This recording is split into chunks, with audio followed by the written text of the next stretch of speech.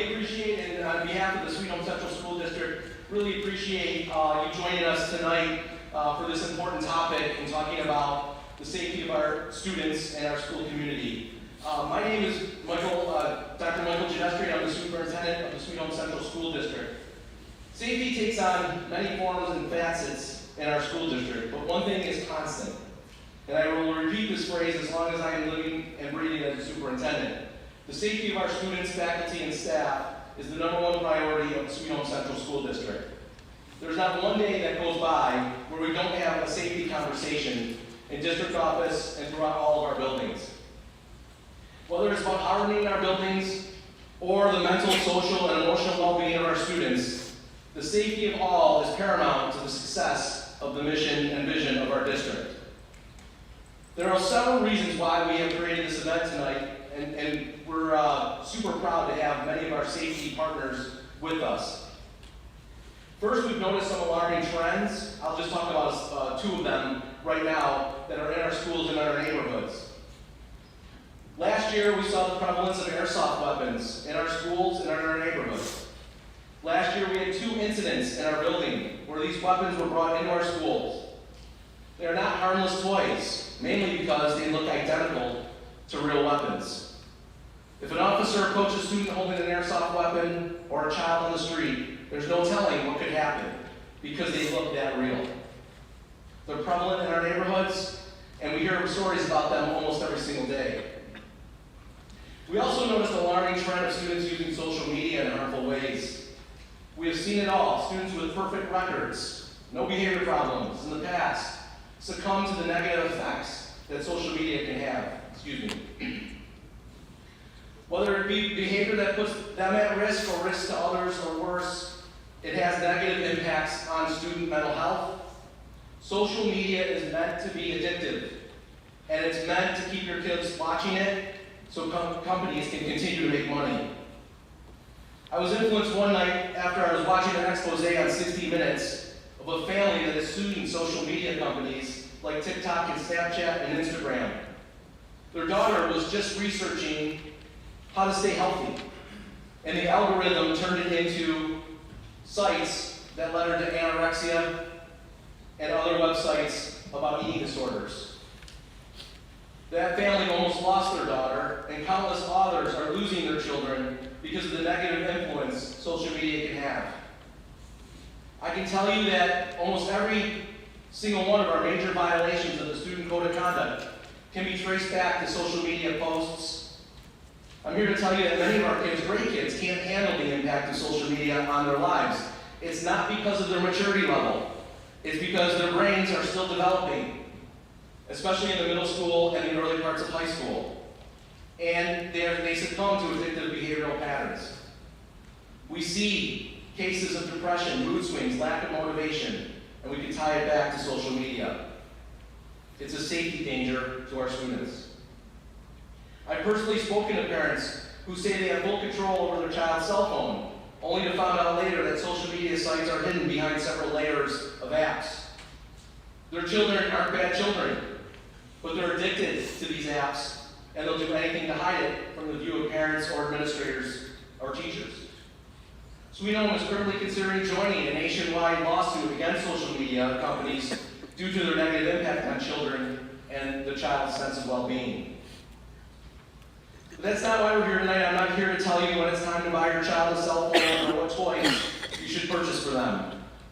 My key message tonight is that the safety of our students is the responsibility of all of us. One community. We can't go through this alone. We could put the most detailed, comprehensive plans together. We spend literally millions of dollars on building and technology to keep our students safe. We run all the safety drills known to humankind. But unless we take an all-in approach, it will only increase the level of vulnerability in our district.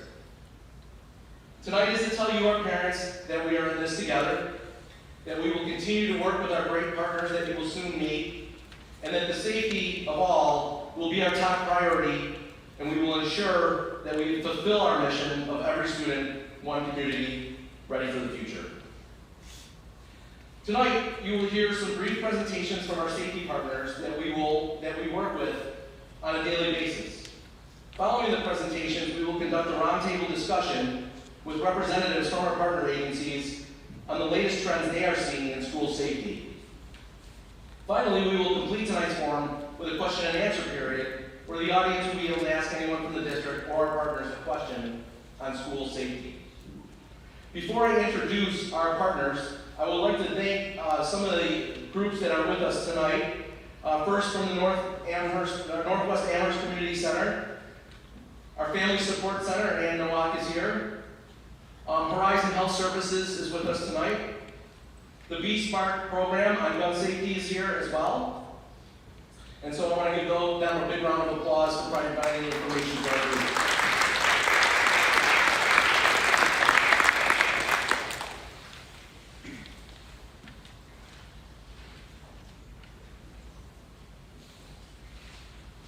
And for our community partners that will be speaking tonight.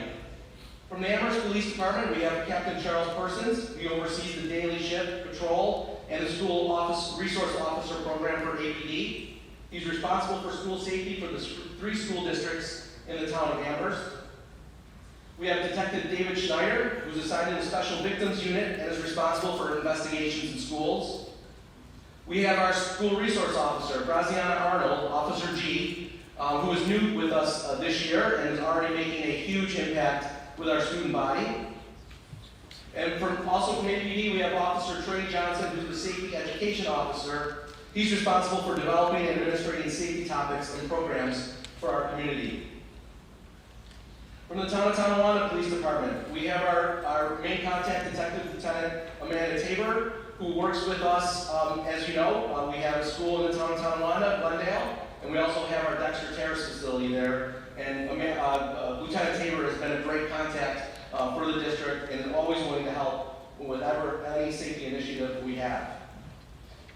From the United States Secret Service, we have Special Agent Ryan Flynn with the Buffalo Field Office. He works closely with the National Center for Missing and Exploited Children. And our last panelist is Shakira Henry. She's a clinical supervisor and a licensed counselor with Horizon Health Alliance in Western New York. Shakira is an advocate for trauma-informed care and is working to increase education on trauma-focused interventions. She is trained in a variety of intervention strategies, focusing primarily on positive psychology, perinatal mood, and related disorders, and mindfulness-based therapies. She's an advocate and leader in the community, participating in panel discussions around reducing the stigma of mental health and substance abuse, providing education and trainings to increase awareness and action for behavioral health. Please, let's give a round of applause for our panelists.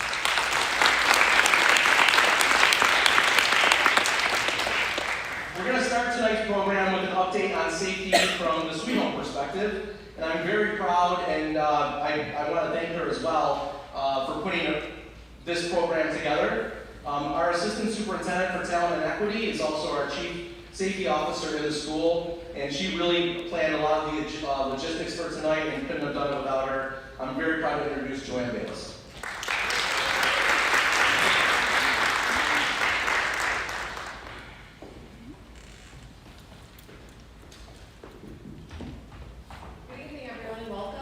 It's great to see everybody out tonight. I know time is precious and how important it is to be here tonight to learn about some of the safety initiatives we're working on here at Sweet Home, as well as our collaboration with law enforcement and mental health providers, so that you can better understand from a family perspective things that you may be seeing at home that we're also seeing here at school, that we can work on together and work towards and continue to provide a safe and supportive learning environment for our students and staff. So I wanted to just start by sharing with you a little bit about the district safety plan and our key safety concepts that we subscribe to here at Sweet Home. Our goal tonight is to give you a little bit of understanding about how our systems work here and where our goals and in terms of that support system for our students and staff on a day-to-day basis, in terms of also providing supports for parents at home. So first of all, the key safety concepts that we subscribe to here at Sweet Home, there's 5 key concepts. One is engagement, which is how we measure and connect, or measure our ability to connect and engage with students on a day-to-day basis to improve our climate and culture and the awareness of our surroundings each day. We also practice surveillance and supervision, which is of course our ability to see situations. Interior access control, which is our ability to delay or deny access to our buildings. Territorial ownership, which is that idea of reinforcing messages of control of our buildings. And finally, a system of filters and layers, which are measures that we take to create space and distance. And they also serve to what we say or call hardening the target. And so those are the big ideas that we work with when we then move into like the specific areas and how we actually do those pieces. So if we advance to the next slide, I want to focus on interior access control. So of course, one of our main goals is to make sure that no one enters our buildings unless they've been given permission to do so. So those who come to our buildings each day, of course, are our staff who have been given permission, of course, to enter, our students, of course, who have permission to enter, and visitors who've gone through our Raptor visitor management system before entering our buildings. So we designed the entry to our buildings with the idea of the notion of reinforcing a single point of entry, so that there's one main entry point for all of our buildings, and through that entry point, those who are permitted swipe in through their ID cards. Students are brought in, of course, through the arrival doors, and then those who are coming to visit come through that single point of entry, and they enter through our electronic visitor management system. And what that system does is by swiping your ID, it does do a check for the sex offender registry, or any individuals who we've deemed not to have entry to our buildings are scanned upon entry before coming into our buildings. Our buildings are in lockdown mode at all times, and what that means is the doors to all of our buildings are locked at all times, so that you can only come in if you've been given access. And we also practice making sure that our classroom doors are in a locked position at all times during the school day. Our entries to our buildings have reinforced glass, and we practice a very strict swipe access, or through our ID badge system, that those who come in have certain hours with which we come and go in our buildings, and we provide opportunities for everyone what access they need, no more, no less, so that when the buildings are not in use, that our buildings and grounds team and custodial crew can make sure that our buildings are shut down at the end of the evening and secured to reopen the next morning.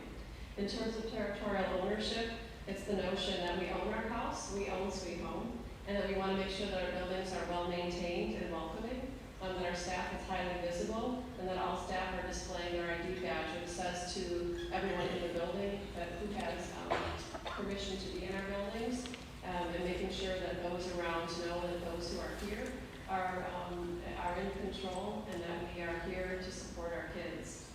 In terms of increasing our surveillance and supervision, we rely heavily on our partnership with Amherst Police Department and the Town of Tonawanda Police Department through our School Resource Officer Program and our School Liaison Officer Program. We do have armed and unarmed security at our secondary buildings every day. We have monitors in our halls and cafeterias to provide additional surveillance and supervision throughout the school day. We've improved our camera systems and our PA system to ensure better communication and visibility and surveillance of our buildings. We focus heavily on arrival and dismissal in heavy or high traffic areas such as auditoriums or cafeterias or our phys ed facilities. We are, in addition to the other areas that we spoke of in terms of those key areas, which include engagement and emergency awareness and preparedness. Engagement is an important piece or tool or resource for schools every day. We know that as the more we are engaged with our students, the better they are in terms of their learning environment, the more secure they feel in their learning environment, the more they feel they belong in our learning environment. We see better results in terms of their learning as well as their physical and emotional safety. So we have a tremendous faculty and staff who work hard every day to form relationships with our students and engage with them on a day-to-day basis. Our faculty and staff are some of our the best are able to read of students who are having a bad day, who are going through troubling circumstances, challenging issues at home or at school, and are often the first line to provide a resource or support to students here in school, referring them to perhaps a counselor, helping them communicate at home if they need some supports at home, or relationships in that capacity as well. So tremendous kudos and recognition to our teachers and our staff for the work they do every day to engage with our students, and obviously the work that you do at home to engage with your children as well, so that they feel safe and loved, that they feel that they belong in our school community, and that they can put forth their best effort during the school day. We also have what's called a Gaggle. It's a safety monitoring software. Some of you may be familiar with it. It is a software monitoring system that does filter the content on our school devices and on our school platforms. And what it does is if there's any concerning traffic on our systems, we do get alerts. The administrative team and our counseling staff or PPS staff do get alerts that there's a questionable contact, there's a reason to be concerned, and a reason to look into it further. We've had situations that are also called possible student situations, where Gaggle will actually call us at our homes in the evening at any hour of the day to report a potential threat or a potential concern about student safety, and we respond to immediately. We've had a number of occasions where we've received a call from Gaggle in the middle of the night about a possible concern, potential suicide threat, or something along those lines. We've reached out to our partners at Amherst PD or Tonawanda PD, and they've immediately gone to the home and done a welfare check. And in some cases, it's resulted in helping a child get to the hospital or get to some medical support needed to respond to a mental health crisis at that moment. So we're very grateful for that software tool that does give us eyes and ears on what our students are doing throughout the day and into the evening as well. It also has a tool that students can report issues that they might be having and ask for help. Finally, the last area is emergency awareness and preparedness, which is again that relationship we have with law enforcement, the training that we do with our staff and understanding our safety roles, as well as our emergency drills that we do annually. We're going to advance to the next slide. You're going to see this throughout our buildings. You'll see it on our website. This is the New York State Emergency Response Protocol. It's called SHELL, the acronym SHELL, and it stands for Shelter in Place, Hold in Place, Evacuate, Lockout, and Lockdown. And these are the 5 emergency responses that are recognized in New York State. They're recognized by law enforcement and all emergency responders. We all speak the same language, so that when one of those responses is activated, those who are involved in the response, as well as those responding to law enforcement, understand and are on the same page of what those responses mean. A shelter in place is essentially with maybe inclement weather outside and we're sheltering students indoors.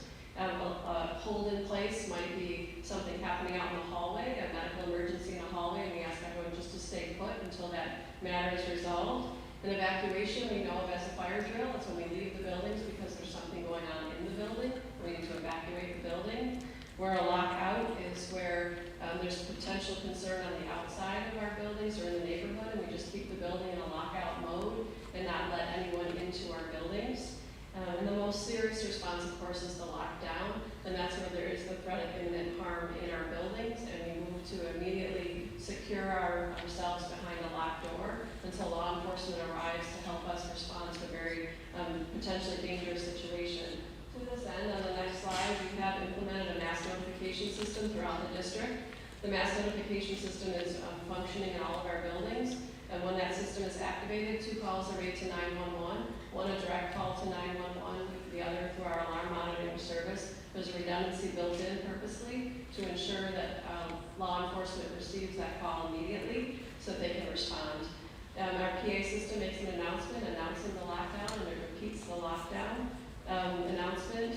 There's internal and external strobe lights that activate to announce the lockdown, and display readers that also announce the lockdown. Finally, the system also notifies district office that one of our buildings is in crisis, which allows district office to immediately initiate the incident command system. This system is critical. It eliminates human error. Once that these are all steps that were previously taken by humans, steps that had to be taken to ensure that notifications were made. The panic button, the system itself, does all of those responses simultaneously. So this is an example of our collaboration with Amherst PD and Tonawanda PD, because they've been essential in ensuring that the system is functioning and that those calls are being made and being received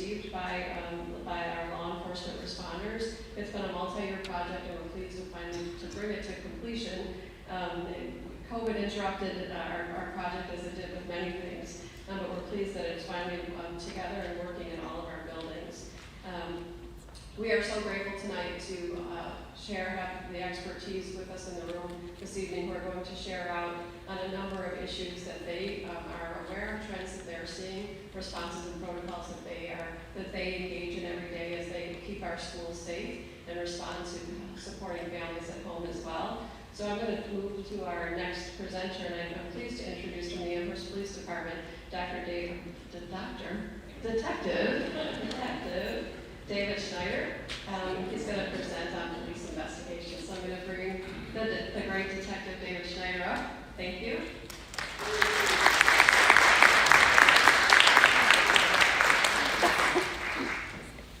Getting a raise now because of that. So I was asked to just briefly discuss juvenile investigations, common complaints we get out of the schools, and how to handle those complaints, and also talk briefly about a few concerns related to social media. I won't spend a lot of time on that as we have two other presenters that are going to discuss that. But if we could go to the next slide here, yeah. So common complaints that we see out of the schools that we tend to investigate. Aggravated harassment, if you're not familiar with what that is when people initiate harassment via electronic means. Very common complaint comes from schools, very common complaint that comes in from parents. Fighting, when they have fights in the schools and they are serious enough, somebody's injured, or there's threats related to the fight, there's concern for aftermath where they get involved in those situations. And then anytime there's a threat of violence against the school, against students in the school, we're going to get involved.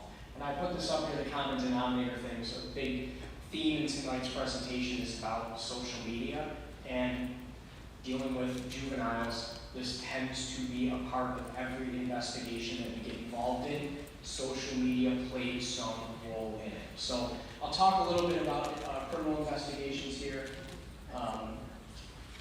Juveniles are governed by a set of laws commonly known as raise the age. So if people are familiar with that, kind of explain some of what's on the slide there. For a long time, when juveniles were involved in things, there was like this kids being kids, and that's how cases were handled, mostly dealt with by the parents or amongst the school. But as the activities they get involved in become more serious and the threats become more serious, we no longer approach it that way. If we receive a complaint, either from the school or a parent or a student, a juvenile, of criminal activity, a threat, something that they're concerned with, it will be investigated like it would with any other adult. We're going to look for witnesses, we're going to look for evidence, and there will be charges if charges are appropriate to remedy that situation. So depending on the juvenile suspect's ages when we're dealing with them, if they are arrested, they could be subject to family court sanctions, or they may be subject to youth court sanctions. The youth part is a division of the criminal court. Typically, that's going to be for children that are 16 and 17 years old and commit felony level acts. There are other crimes that younger individuals would qualify for youth part depending on the seriousness of the crime that they committed. Otherwise, most juveniles go to the family court. And when they go to the family court, some things to be aware of there. If there's a case, if your child was involved in something, whether they be a victim, whether they be a suspect, the family court system and the youth part system is very taxing on the parent themselves. So while the child is going to face sanctions and the child is going to face punishment, if you're involved in this, you're going to face punishment because you're responsible for the child, so you're going to have to pay the attorney's fees. If there's fines or restitution associated with it, that's going to be on you to remedy that. You're going to be responsible for getting your child to court so that there's no warrants or other such things issued as a result of missing court dates. You're going to have to juggle your life to accommodate the court system, so it's something to be aware of in these situations. So threats and school threats specifically, common thing that we investigate. We do this more often than we used to because we need to take things seriously when these, whether the threats are explicit or expressed or veiled via social media, it has to be dealt with seriously. Nobody wants to be responsible for another incident in the school. We assume that everything that comes across our desk is a legitimate, credible threat until proven otherwise. So when we get these investigations, there's a few things that will happen. We'll talk to other people in the school to try and get witness information. If there's social media element to it, which there almost always is, we're going to try and get those social media posts. There's a host of ways that we do that. A lot of people will talk briefly about how some of these apps work. People think that because information is deleted from the apps or they're using particular apps, that information goes away and is no longer available. That's not necessarily true. There's a lot of means that we can use to recover that, and so we'll be looking into those aspects of it. If we substantiate a threat, depending on the nature of the threat and the actions that the school took as a result of the threat, the child involved can face felony level charges. This has come up a few times. People may remember press releases issued by our agency, not necessarily in this school district, but in other school districts, where juveniles were charged with making a terroristic threat. That all depends on the threat that was made and the response that the school takes as a result of the threat that they see. So that is an absolute possibility, and again, that's going to be a hindrance to you as a parent if your child's involved in that in terms of dealing with the court system, and also they're going to face sanctions from the school that you're going to have to deal with and they're going to have to address there as well. Extreme risk protection order was something else that was in the superintendent's original slides and something I was asked to briefly discuss with you. People are familiar with this. Commonly called ERPO or red flag. It's a newer element of the law. Extreme risk protection order is a law passed in New York State that essentially allows law enforcement to apply through the court system for a order of protection that precludes an individual from purchasing a firearm in the state, in the country. It'll flag you. It's a red flag.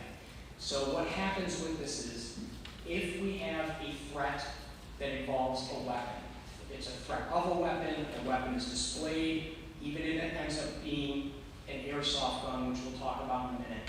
When we conclude the investigation, part of that is we're going to apply for this extreme risk protection order through the court system. The court system is almost always going to grant the order, because when we come to them, we're going to be able to demonstrate that some type of threat was made. When we get the order, we're going to go to the home or homes of the individual involved, and we're going to execute search warrants on those homes. If it's your child that's involved in this, they make a threat via social media, I have a gun, I'm going to do this, we investigate it, we apply for this extreme risk protection order. It won't just be the child's room that's searched. Your entire home is subject to the search warrant. If you have two homes, you're separated from the child's other parent, both homes are going to be searched. If the child spends time between both parents and grandmas, we're going to execute search warrants everywhere the child would be, where they could potentially have hidden a weapon or gain access to a weapon. So this is going to uproot a lot of people's lives when this is executed. Then moving forward with it, we have a sergeant that reviews these. ERPOs are subject to 1-year renewals. So every year, the sergeant reviews the case. The sergeant sees if the child's involved in any other incidents, and then the sergeant is going to reapply for an extension of the ERPO. And this isn't just for juveniles, it's anybody who's involved in anything that involves weapons is subject to this, not just juveniles, but adults as well, obviously.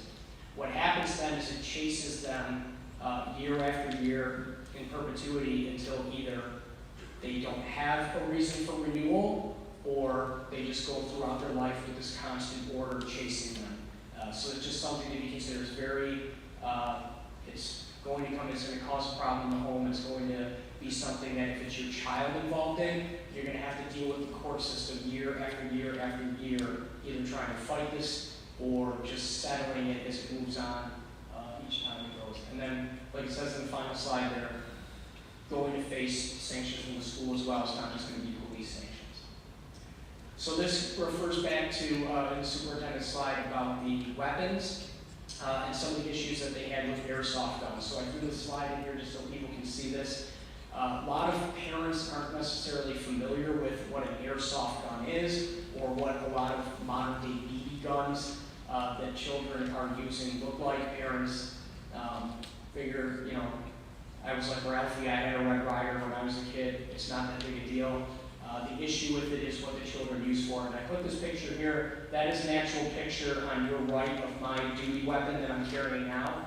And on the left side there is a picture that I took off the internet of a replica Glock Model 23 airsoft gun. There's almost nothing to distinguish the two weapons unless you're holding it in your hand and can feel the weight. They look identical. There's nothing on the muzzle that would indicate to you that it's a toy. There's no markings on the weapon itself to indicate to you that it's a toy. It uses a similar magazine to a legitimate handgun. It just feeds the little pellets out of it differently. It is almost identical to the weapons that we use. I've had a number of these that I've seized, and when you take them apart, the internal functions of these are almost identical to an actual working handgun. The way the slides come off, the way that the pistol itself is designed, they're nearly identical. So these are dangerous. These are dangerous. And one of the things, another slide that I have here just for people to consider is just understanding and being honest with yourself about if your child's mature enough to handle this, and knowing where this is when your child's not using it for whatever purpose you bought it for them to have. These are dangerous, and kids don't think about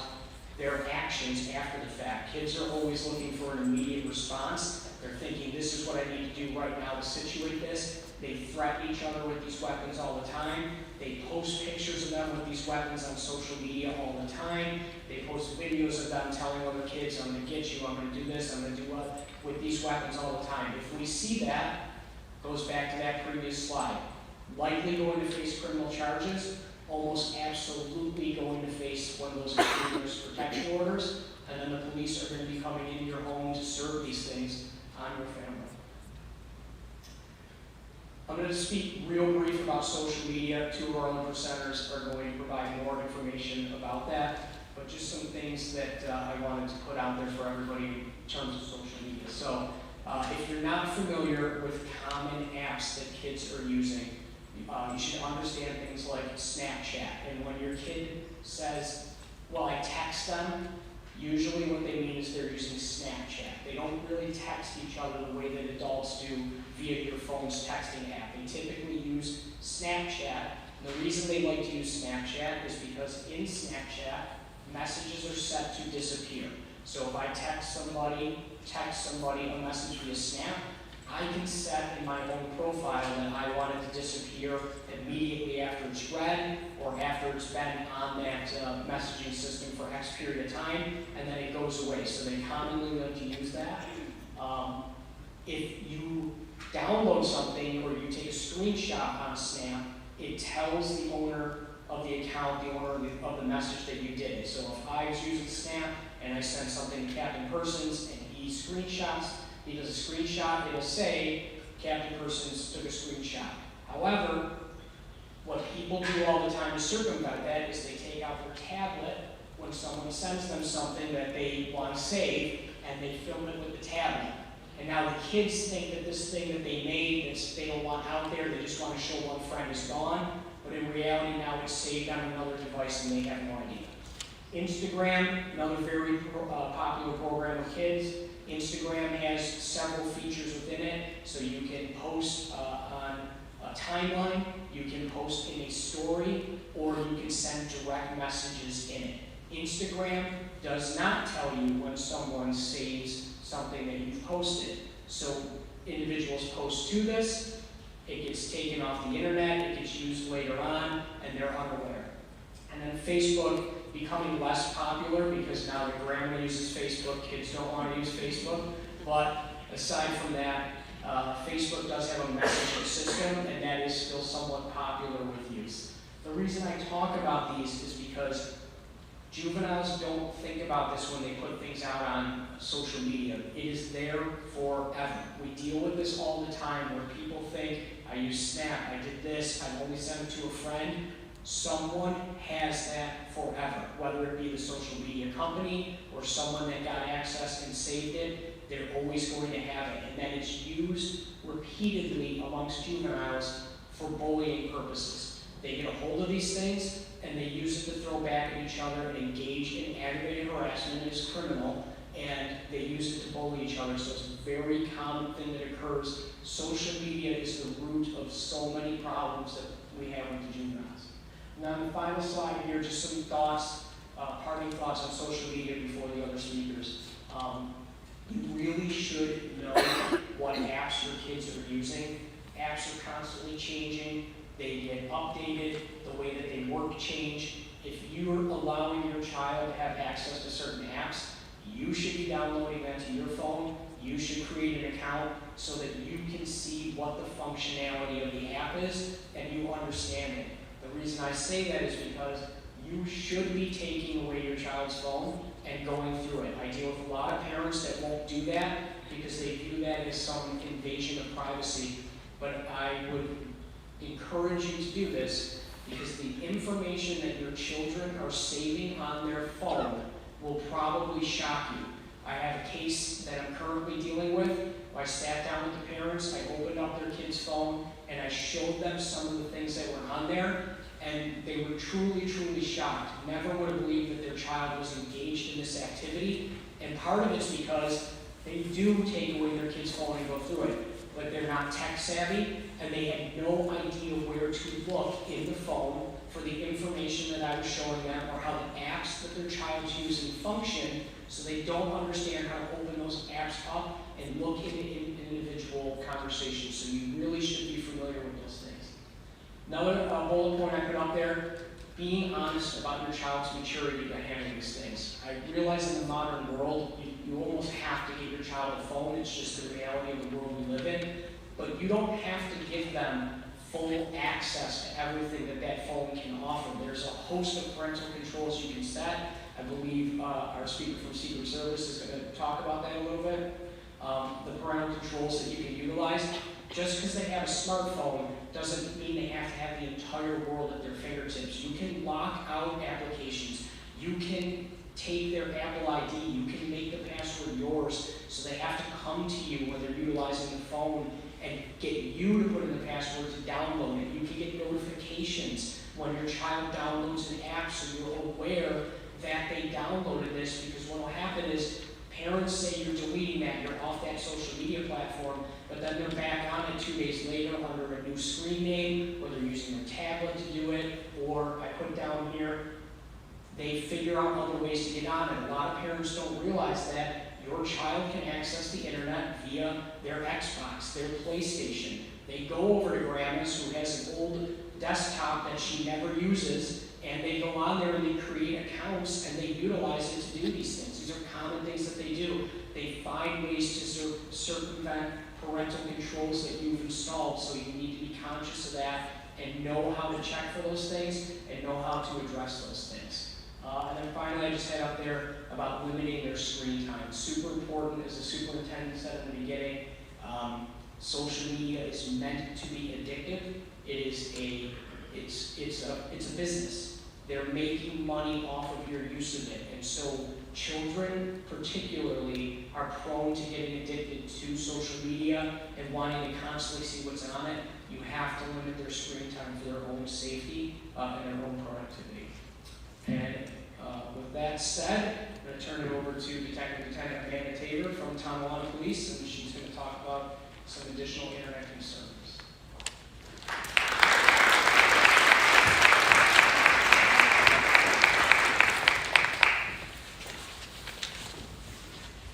Good evening, everyone. I'm going to talk about another topic that involves social media, of course. And this is something, unfortunately, that has become more and more prevalent. We're seeing a lot more of it, and that is sex extortion and sexual assault.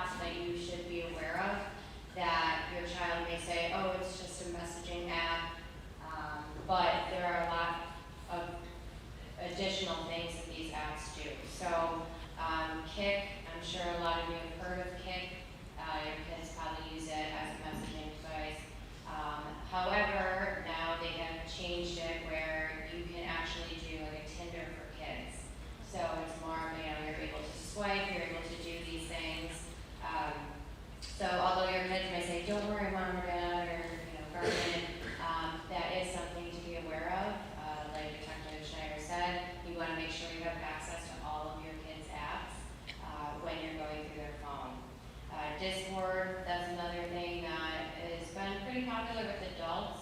It's more of a, I guess, untraceable app, right? So anything that you're messaging back and forth can't be traced. So that could appeal to? That could appeal to the predators that are trying to have access to your kids. So that's another thing that I would definitely be aware of. Omegle, that's a new one that I personally just kind of heard about. That's an online chat that actually picks people to pair with you. So you go on, you put your profile on, and they will actually randomly choose and pair you with someone to talk with. So it's kind of like another dating app for your kids. With that, everything is private, so you are referred to you, and your other person is referred to as stranger. So you may not know anything about that person, and you will be having a full conversation, and it may lead to other things.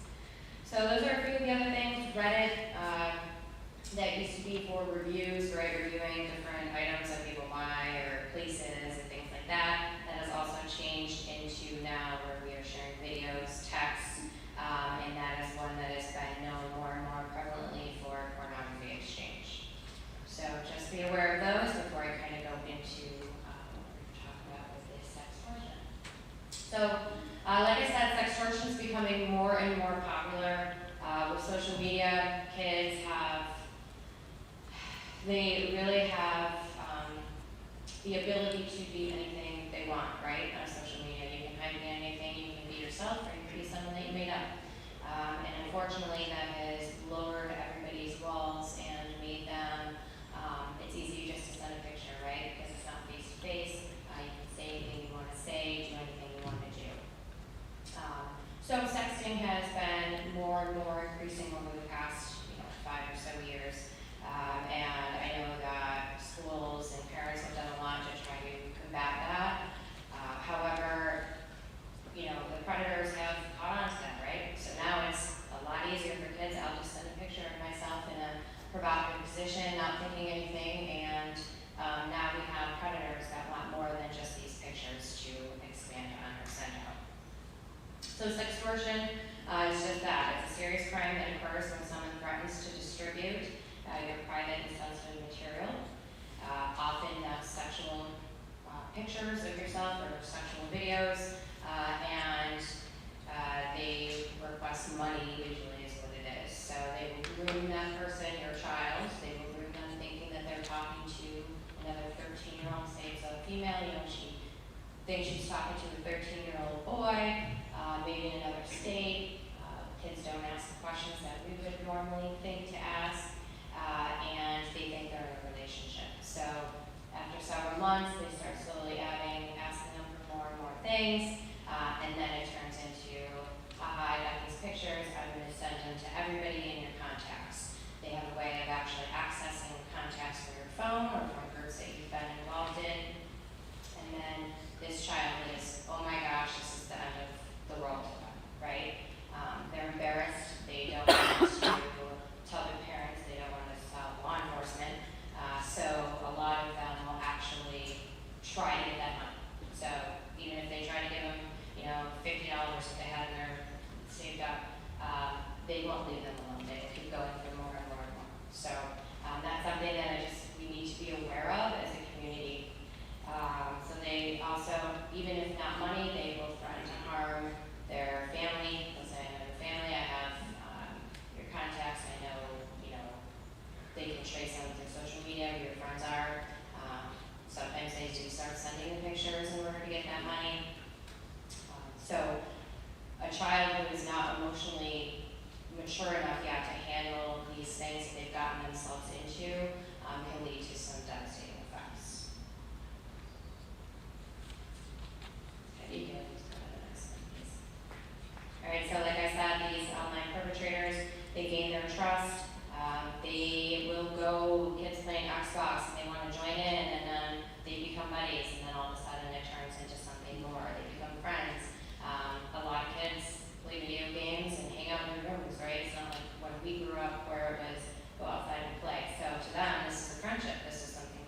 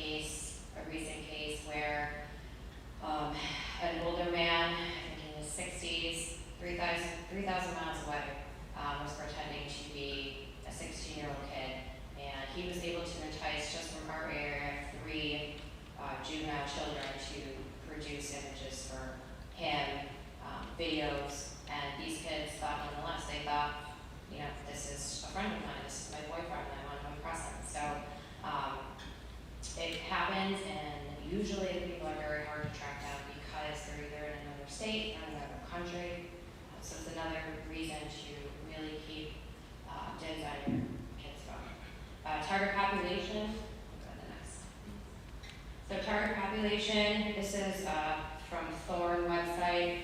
Thorn website is something that recent few years has been developed. They really focus on child sex trafficking, ways to actually combat that.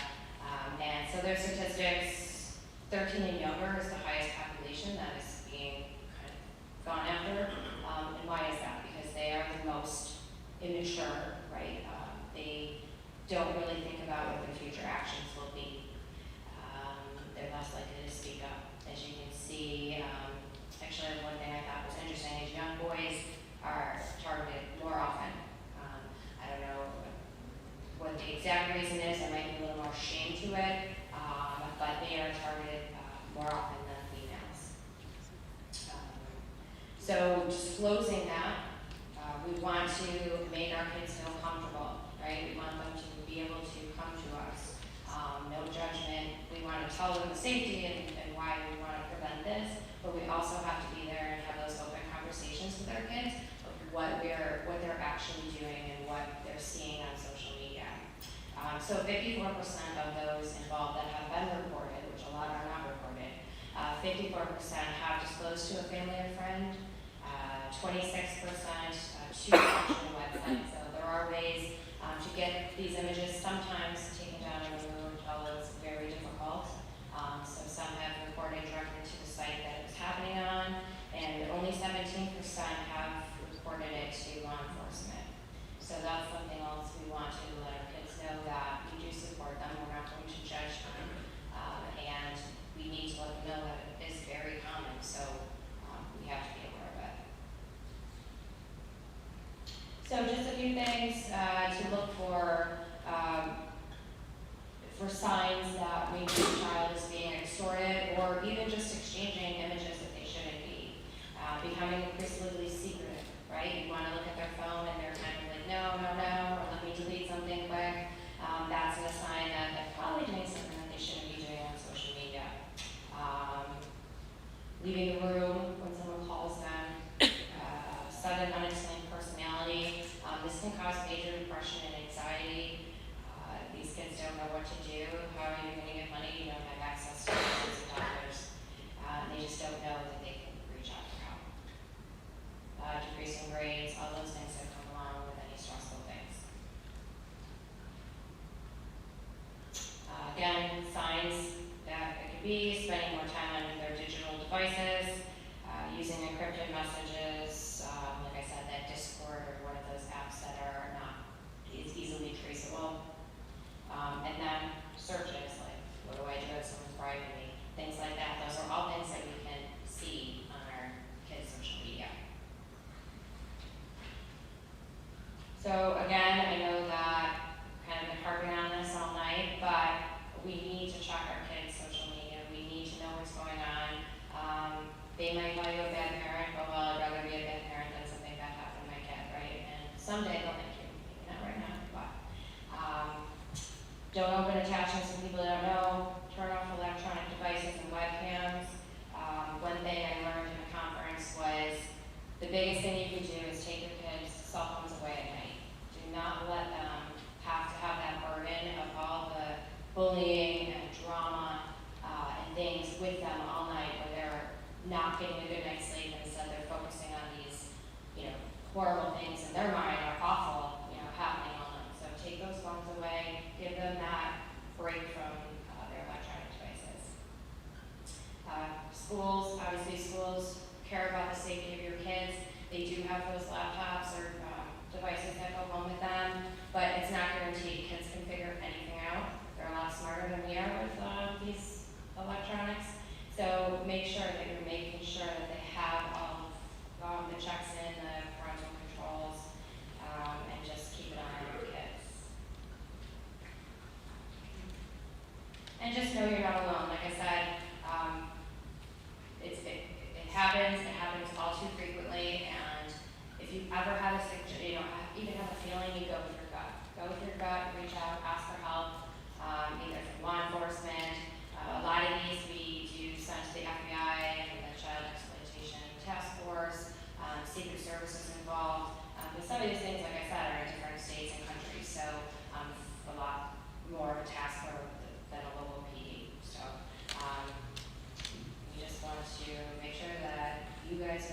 for supporting, so if you do have any questions or anything like that, always reach out. It's better than safe than sorry. And with that, I will introduce Special Agent Ryan Flynn.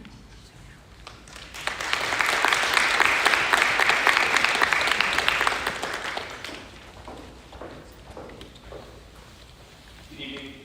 Thank you everyone for coming today.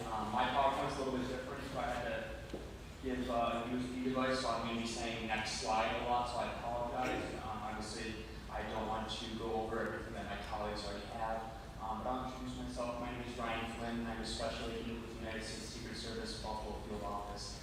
Not many people know this, but the Secret Service does have field offices in cities, Buffalo being one of them. I am also the NACMAC ambassador in the area, the National Center for Missing and Exploited Kids. So I received additional training to do presentations in schools, K through 12, as well as conferences like today. So I've been asked to do the presentation today on internet safety. We're really focusing on online privacy and cyberbullying, as some of my colleagues have already talked about sextortion, sexting, and other things that are being seen on social media.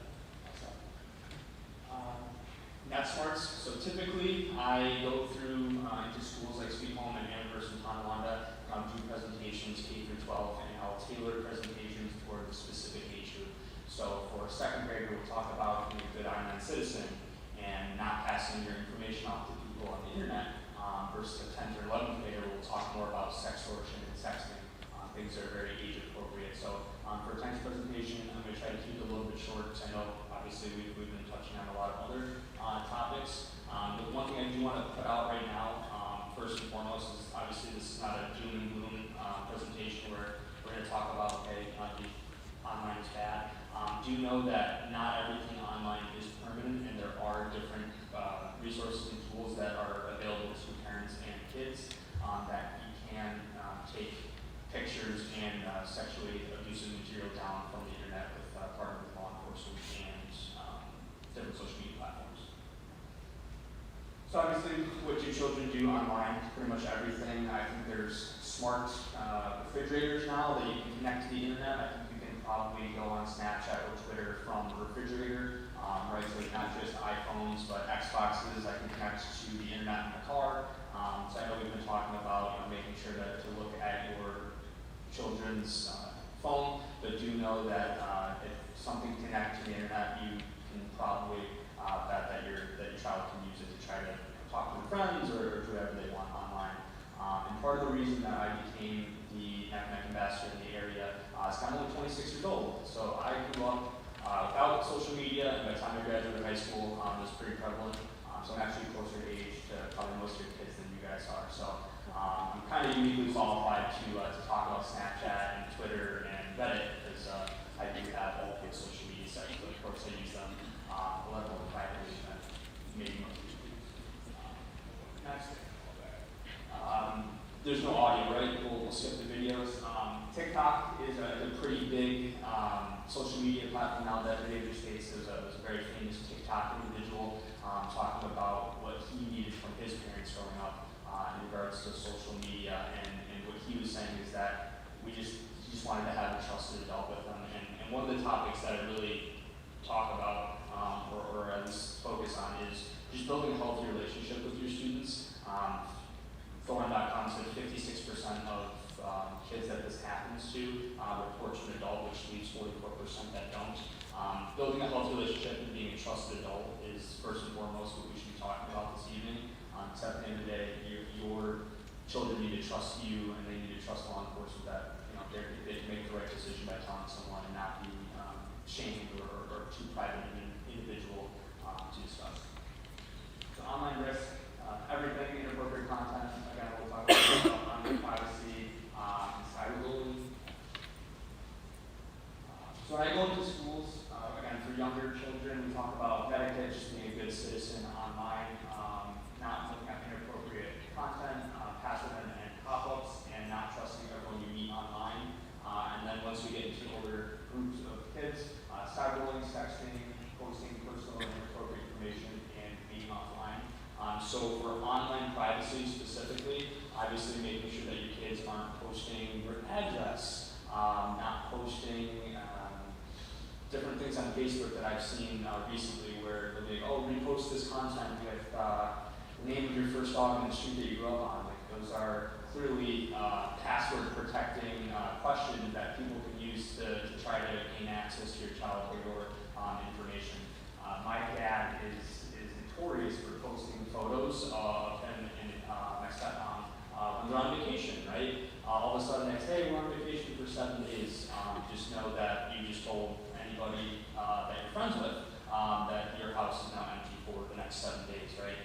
I remember growing up, I had like 1,500 friends on Facebook. I guarantee that I don't know all 1,500 of those people, and I guarantee my dad doesn't know all his Facebook friends.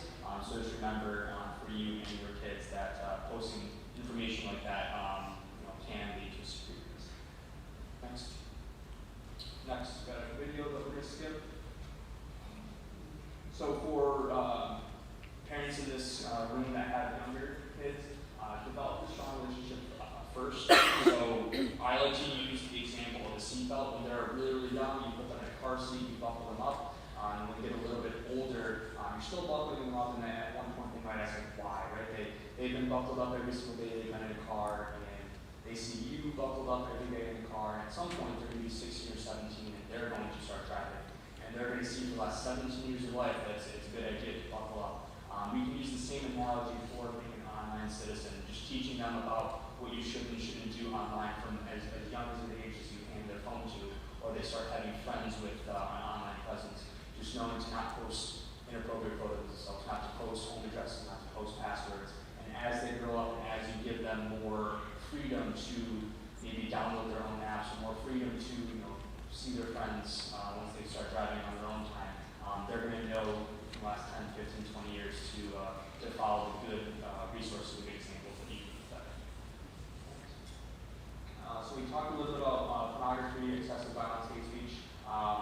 NACMEC is starting to call underage nudity child sexual abusive material, or CSAM. So I'm providing the Sweet Home Superintendent's office a few different resources that you guys can use or look into or research on your own after the fact. And so just know when you see any CSAM, that's what that acronym means. Again, that's what the psychology individuals in this area are now focused on. So again, be a trusted adult, listen, always try to help them remain calm, and be kind and be the adult that they need. What you can do, obviously the biggest thing is coming away with today is knowing the resources available. We'll talk about the takeitdown.net.org in a little bit about reviewing child CSAM. What they should do, and we're going to skip ahead a little bit to try to talk a little bit more about privacy next. Online privacy, perfect. What's okay, what's not okay, right? And again, I've been talking about this, posting photos that of themselves in very revealing photos, posting photos of your apartment, your house, anything that you do on a day-to-day basis. Just know again that every single one of these apps do have some sort of messaging setting. So on Reddit, you can message other Redditors just based off of using Twitter. I have Xbox. People can randomly message me after playing a game with me. Hey, do you want to play another game, right? I mean, this happens to me, and I'm aware of the fact that I shouldn't be talking to other adults or other kids while playing video games. Personal information, this is a big one, especially for adults as well. I know this is more geared toward kids, but anyone in this room that have aging parents, this is obviously very big in the community right now, just focusing on elder abuse. Honestly, it's the same thing as child abuse, where they're targeting people that are at risk. So your 13-year-old and your 75-year-old mom are probably pretty similar online, trying to be too revealing and never passing out information. Next. So cyberbullying, online enticement, which we talked about, extortion, scams, identity theft, stalking, hacking, are all different things that can occur when your child does put this information on the internet. What you can do is establish rules of what they can share. I know we mentioned setting time limits on your child's phone. So each app, if you go into settings, you can set time limits for. So maybe it's not taking your kid's phone away at night, but if you only allow them to be on Facebook 45 minutes a day, by the time 6 o'clock rolls around, that 45 minutes is up. They just can't access that app until the next day. Even the same thing with Snapchat, Facebook, Instagram. Each one of these apps do have different privacy settings, and typically when another update is pushed out, it sometimes changes the privacy settings, or worse, reverts it back. So maybe Snapchat's on settings 2.5, and then it just updates to 3.1. Just make sure if you go back in and just double check the app settings that you set for your kids, just because again, they do get changed occasionally. But we typically see setting time limits on apps or passwords on apps to allow them only certain amount of time typically help the kid not spend too much time on it. And another big thing is storage use. So there are apps out there, like a calculator app, that actually if you type in 2 + 2 = 4, it opens up the app to whatever that they're doing. So holding pictures or videos or anything, you name it. And unless you type in specifically 2 + 2 = 4, it acts as a password. You have no idea that the calculator app on your kid's phone is actually just a storage house for photos. So a good idea is always to just look at your storage usage on your child's phone, if you're on their phone. If you look and you see that the calculator app has 6.7 gigabytes of storage on your phone, think to yourself, like, why is a simple app that's not supposed to be that big having that much material on it? So just something to be such a trick to look out for. Online enticement, we've already kind of talked about grooming, but typically online, other adults can reach out and speak to your students. And what happens a lot of times is they move them to a separate app. So maybe they reach out via Xbox and they say, okay, let's start talking on WhatsApp. Or they reach out on Reddit and they say, okay, move to Signal, like I want to talk to you, it's more private. So again, always be cognizant of what apps your child or children are downloading, just because there are messaging settings in most apps. Stuff like Signal is end-to-end encryption that they can set a password for on the app itself. So even if you have your child's phone, you click Signal or WhatsApp or Telegram, these are all different messaging apps. A password protection can pop up. So now your kid, even if you have their cell phone, can lock you out of that account. And obviously, making good decisions and give me the password, or else you can lose your phone privileges. But I'll leave the parents to you guys. Next slide. Nope, we're missing. I'm sorry. Switch divisions. Offenders, we talked about grooming.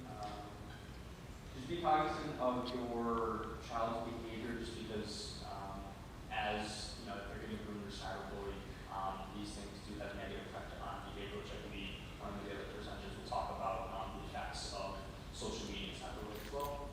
Next. So we skipped to cyberbullying, I think we should be seeing sexting. These are videos that I typically show. Again, try to keep this short. Bullying. Examples of cyberbullying is anything that your child can deem inappropriate to cause them to be confused, mad, or pretty much any negative emotion that they feel. So that can be creating fake profiles, posting fight videos, maybe they got to the fight and they lost and have people confront them. Anything that makes them sad or upset that they see. And the next. And so the differences between cyberbullying and bullying nowadays is when you guys were growing up, bullying at school, if you had you're being bullied, it's only Monday through Friday, 8 to 3 o'clock in the afternoon. Now all of a sudden, because everyone's connected 24/7, unfortunately, bullying brings the bullying home. So they can go to school and get cyberbullied because someone tweeted something else at lunch, but they get home after sports or after practice, whatever, the bullying continues, unfortunately. So we're seeing a very large portion of students. It's actually 45.5% of middle and high school age students have reported being cyberbullied in the past, and only 15.5% have admitted to cyberbullying people. So we know that those stats aren't 100% accurate, just because people don't come out and talk about it. But just know it's a 50-50 coin flip.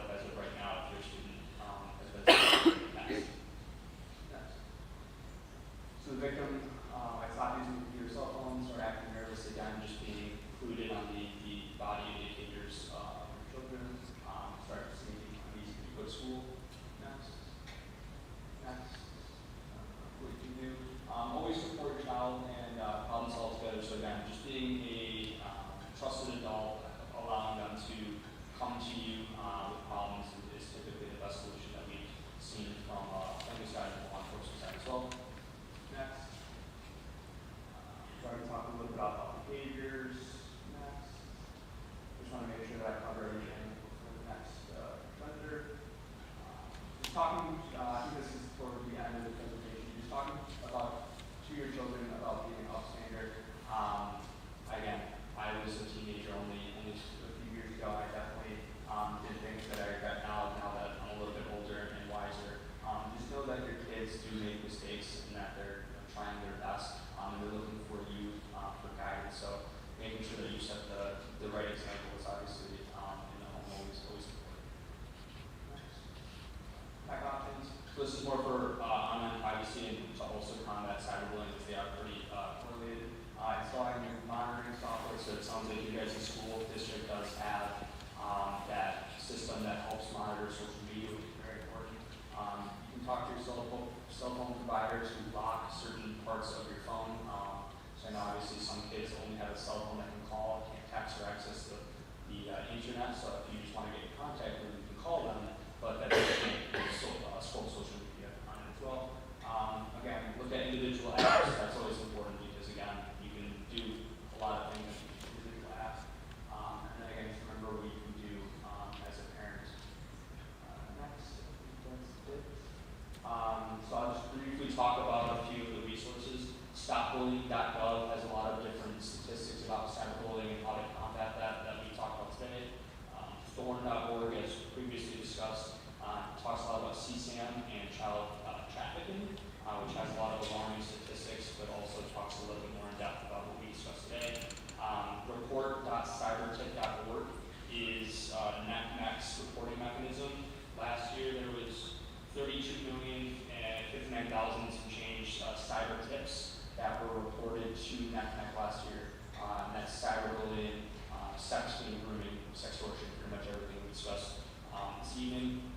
And then I think the most important one that's actually new as of a couple months was takeitdown.necmec.org.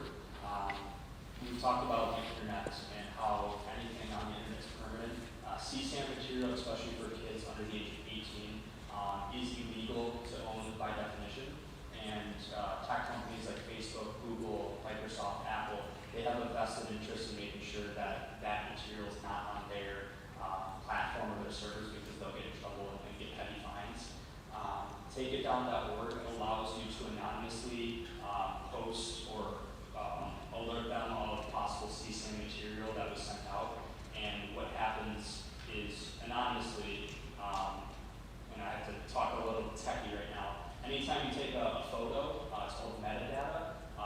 The photo that you take right now, if I took a picture of this audience, is going to have a date, time stamp, probably a location stamp, maybe elevation. There's a million different things that the background of that photo will take, but it also creates what we call a hash image. So takeitdown.org, you don't have to send the actual photo or video to NECMEC because, again, it's illegal to own. But they will walk you step by step about how to take a hash of the image that maybe your child's being sextorted, where you see a situation where the person sends the photo back and says, if you don't send me $50, just send me a picture, I'm going to send this to all of your friends and family. You can take that image, create a hash, which is just essentially just a key to that photo, and it makes it, we'll say, 1, 2, 3, 4, 5. And what law enforcement can do will message Facebook and message Twitter and message Google and say, okay, anytime you see the hash 1, 2, 3, 4, 5, it's CSAM, you have to take it down. And that's been pretty powerful because it's been able to remove explicit material off the internet without anyone ever having to see it. So again, thank you guys for being here, and I will introduce my next presenter. You're going to have to back up to the other PowerPoint.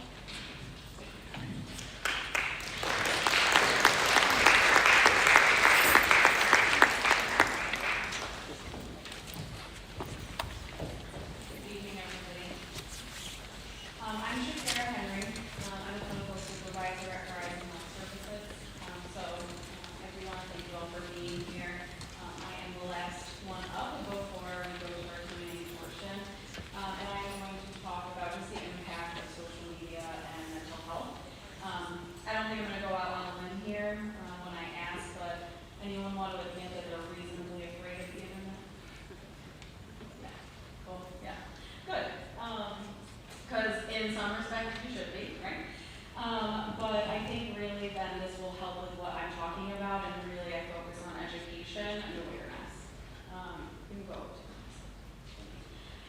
So we have to evolve, right? We have to evolve with social media. We have to do what we can to use social media to our advantage, to get the message out in terms of healthy living and healthy coping.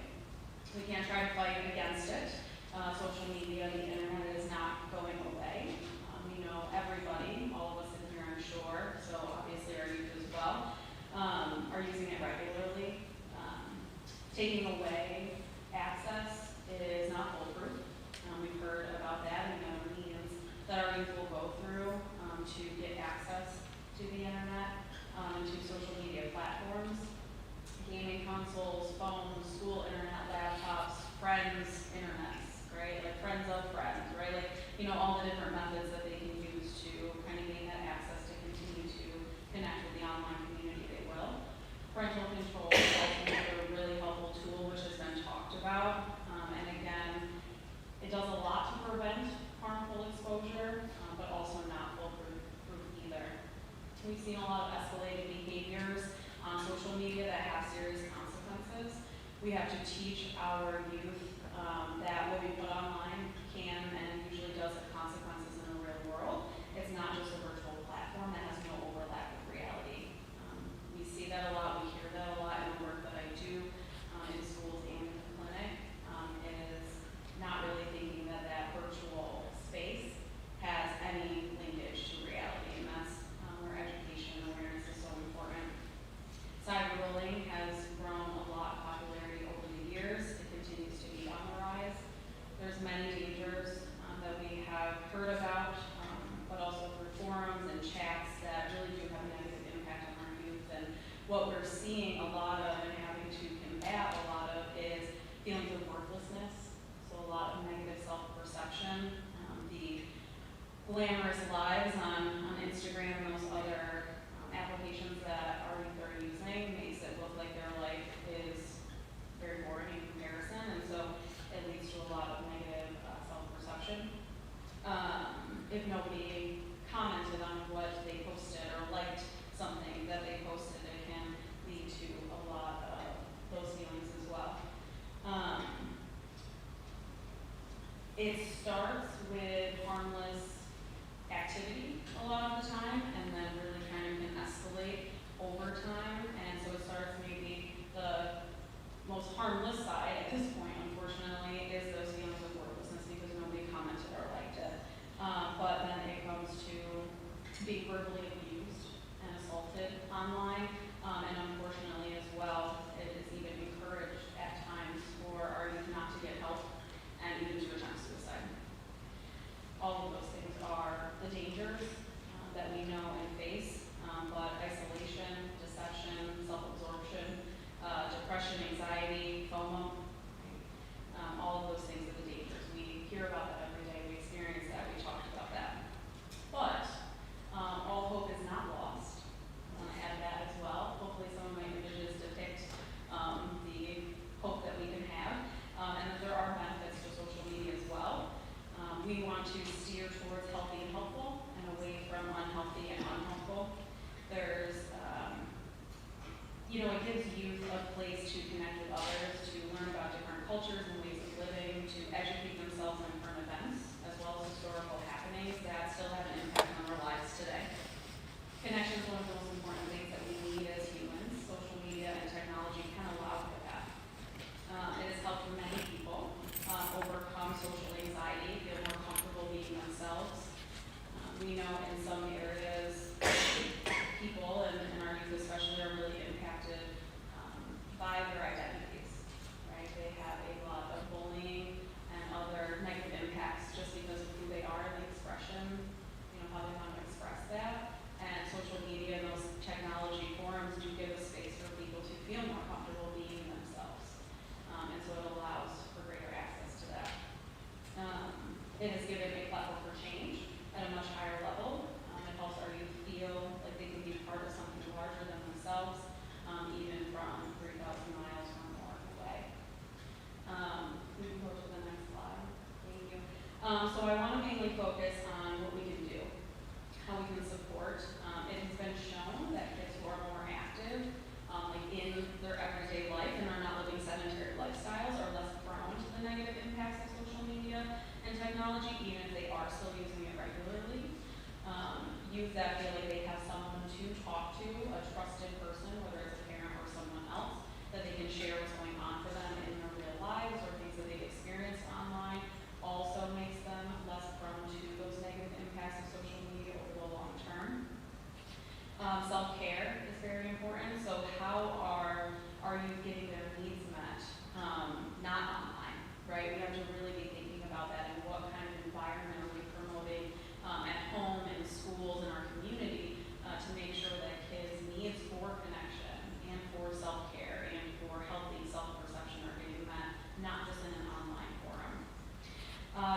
your gut, right? Someone said that earlier, if you're concerned, you need to make it known. You also need to watch your own actions and behaviors. You've watched their parents or kind of older figures in their life, authority figures, and so we have to model healthy behaviors. And that includes our own online time as well, our own screen time. Awareness through our actions is important. We need to reach out to other people involved in our youth lives day to day. So that would be teachers, coaches, school counselors. Really be collaborating with the other people in their life to make sure that we are demonstrating the possibilities and opportunities, and like I said, the healthy and the helpful, and not the unhealthy and the unhelpful. We need to get into the habit of self-reflection and creating a safe space so there's a healthy place to take a break from everything. We know that a lot of people, not just youth, use the internet as a way to take a break from the everyday struggles that we all have. And so we can't expect that people won't use that if there is not other outlets to be able to do that. These are the kind of 5 main points that I always like to get across when I am talking to students or giving presentations to parents and other people in the community. You need to educate yourself on what's out there. That's been talked about a lot tonight. Get on TikTok, even if you don't want to. I don't have TikTok. So I understand if you are like, yeah, I don't want to be on that. Me neither. I was never on Twitter, but now I definitely won't go on Twitter. But again, we gotta know what's out there. We gotta make sure that we are knowing what they have access to and what they may be encountering online. And then make sure that you're educating your kids on the dangers and the risks and the consequences of their actions online.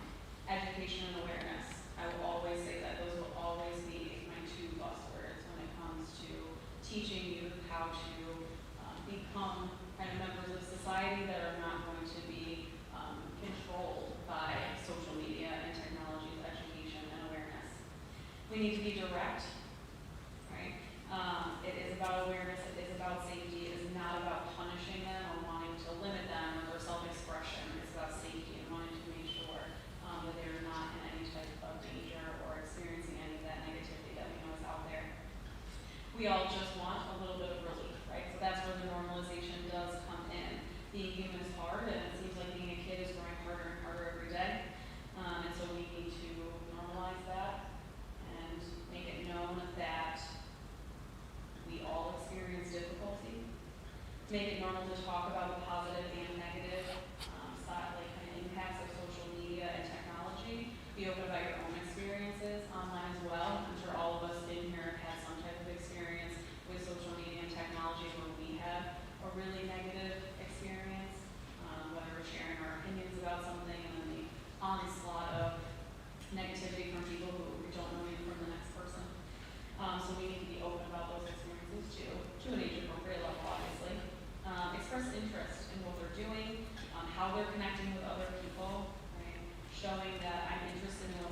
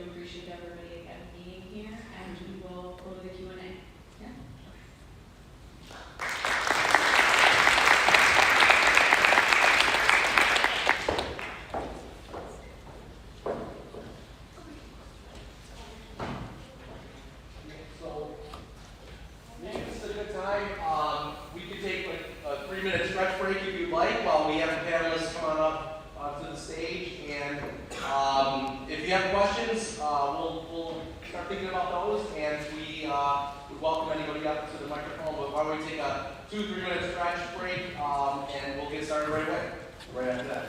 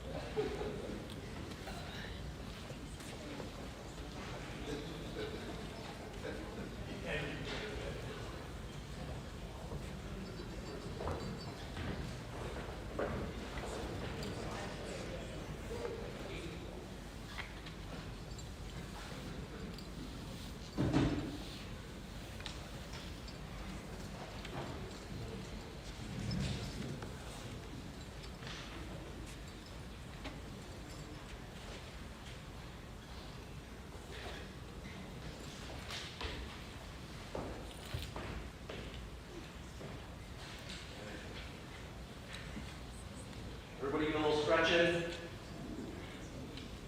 So recognizing that our presentations were extremely important tonight, and there was a lot of information, and we threw a lot of things at you. We wanted to make sure that you understood some of the things that we talk about on a daily basis here at Sweet Home, and some of the threats that are out there that we face for our students. Like I said when we started the presentations tonight, safety is our #1 priority here at Sweet Home, and that message comes loud and clear through the Board of Education. And so we had several members here tonight. Scott Johnson is here, Mary Ann Jason was here, Kaylee McDonald were here, and I know we have board members watching at home as well, so I want to thank them for their support for tonight's event, but also always promoting safety and the health and well-being of our students. I also want to recognize so we have administrators in our audience tonight from the high school, and when we are faced with a crisis situation here in the district, it is always top priority to secure the safety of our students, faculty, and staff. And to know that we're on the same page is very important in a crisis situation. So I appreciate their work. They're on the front lines every single day, talking to faculty, talking to staff, talking to our kids, and making sure that they're safe. So I just want to recognize Mr. Baker, Mr. Bailey, Mr. Morton for being here tonight. I know we also had Dr. Wilson was in the audience, and I know we have some administrators watching at home as well. So I want to give those folks a round of applause for their support this evening. So we were going to pepper our panel with questions tonight, but I know we're a little tight on time. And I wanted to first ask our panel if there's anything that they wanted to add that may not have been covered by some of the presentations, or a point they would like to make regarding school safety. Putting everybody on the spot. Well, I'll deal this one, I guess, with the short microphone. So, just speaking for the Amherst Police Department, I can tell you I've served for 3 different chiefs of police, and each of those chiefs of police has made it clear that school safety is our top priority. It always has been since I've been a police officer for 24 years, and I think that will continue in the future. There are a lot of things that happen behind the scenes that you aren't aware of necessarily. Obviously, you see our SRO programs in the schools. You saw tonight how we're involved in the schools, but there's a lot of stuff that happens behind the scenes. We do constant threat investigations, and we always take those to the completion as far as we can go until we're sure that there is absolutely no threat to the school or to any of the kids. It really is the goal of our police department, and I'm sure certainly the school district, that we want every child to receive a great education and get to their fullest potential. And that's really part of our SRO program and a goal for our police department. So, Thank you, Ken, first. Appreciate it.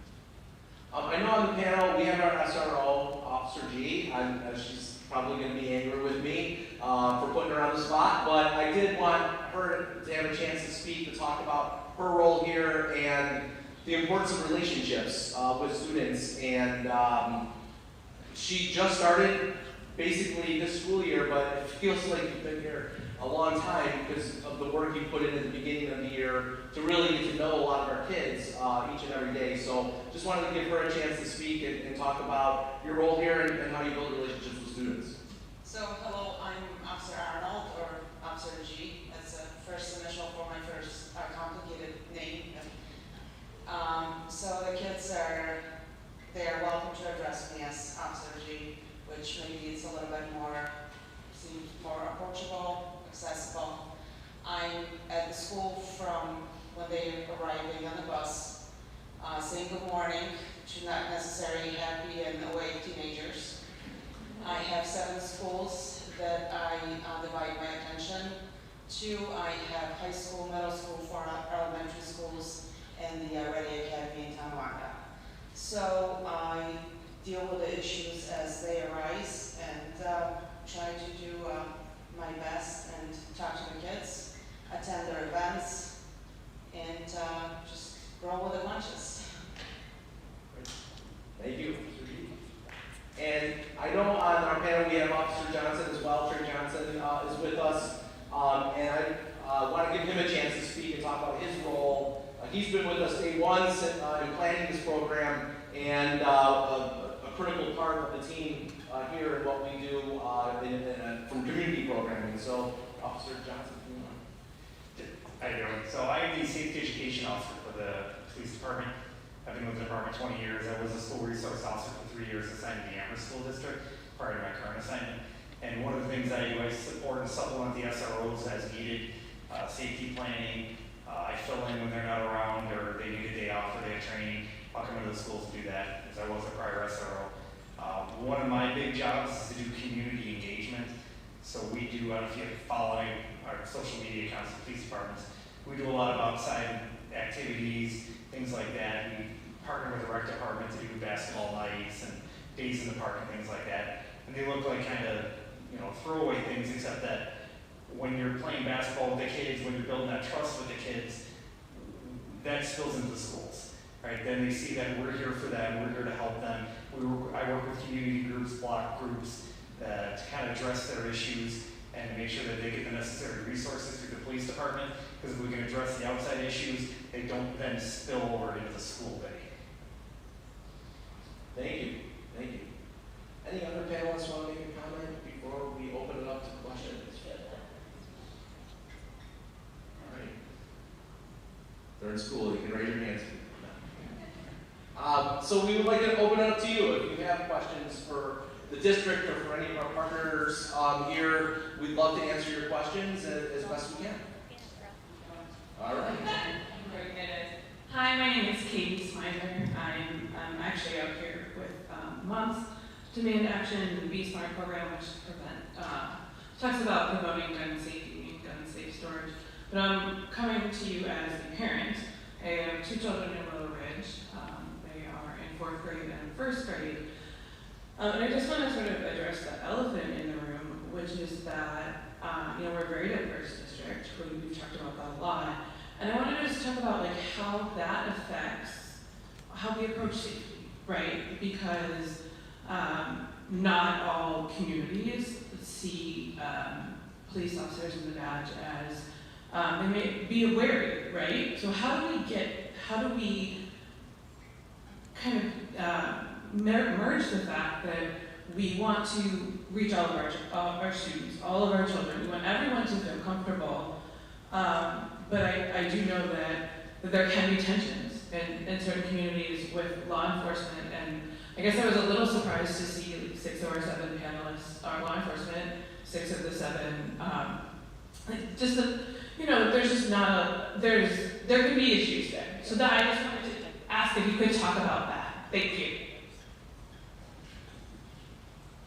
So I can speak on that, I guess. So some of the ways we try and engage the youth it starts really with our SRO program and our SLO program.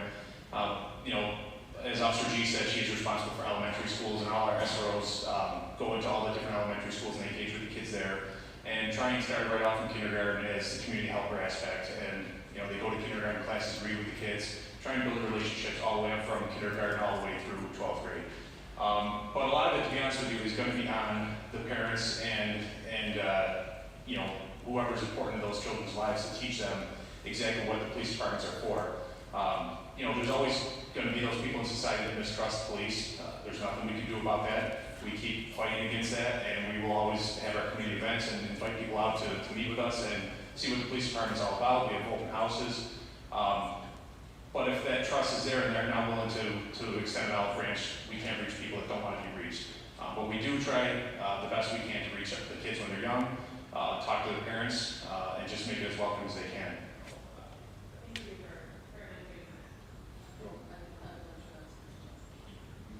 So I would like to add something to that, your question, because specific about your school, you guys had an open house, and I was there the entire time, chatting with the kids, talking with the parents. I go and visit the school, sometimes I assist with dismissal. I was offered to come and read books to the little kiddos, and I'm going to do that. And I went and said that just as simple as sitting at the lunch table with the kids. So that's some examples for you. I'm just gonna add one quick thing to that too. A lot of what we do, the community outreach we do, the community events we do, I poke fun at myself, right? I'm a big clown. Our Halloween thing, I dress like a donut. Kids think that's hilarious, right? They come walking around, oh, the cops dress like a donut. But that breaks down the barrier, right? They see I'm a human being too, right? We're all these human beings.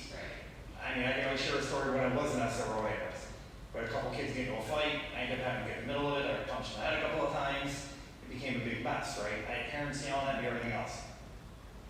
Fast forward a year and a half later, the same kid that I ended up having to arrest for that incident comes into my office, drops a yearbook right on the desk, and says, Officer Johnson, you're the first one to sign my yearbook, because that kid used to, I like history, she used to come in, we'd study history together, we'd play Uno in the cafeteria, her and her friends, because she realized, hey, I made a mistake, I screwed up.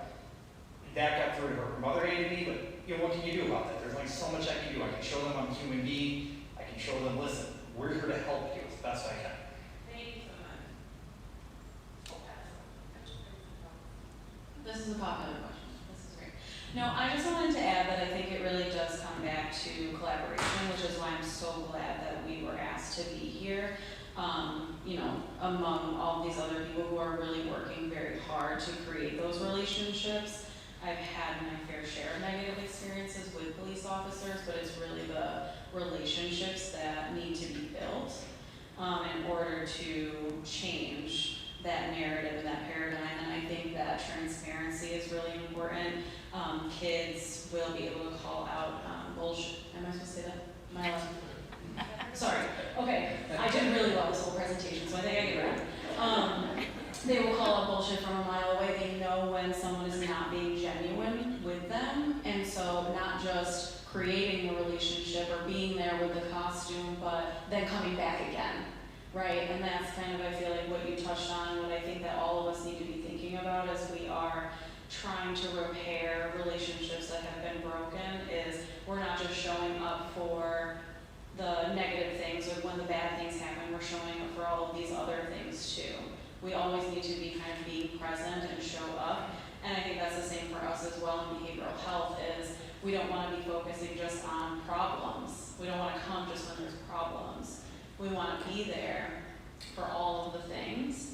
And the community events are great. I know that we've gone to some of those community events as an organization to, again, really demonstrate, like, hey, we're in this together and we're going to try to help each other to do all of this and try to make our community better.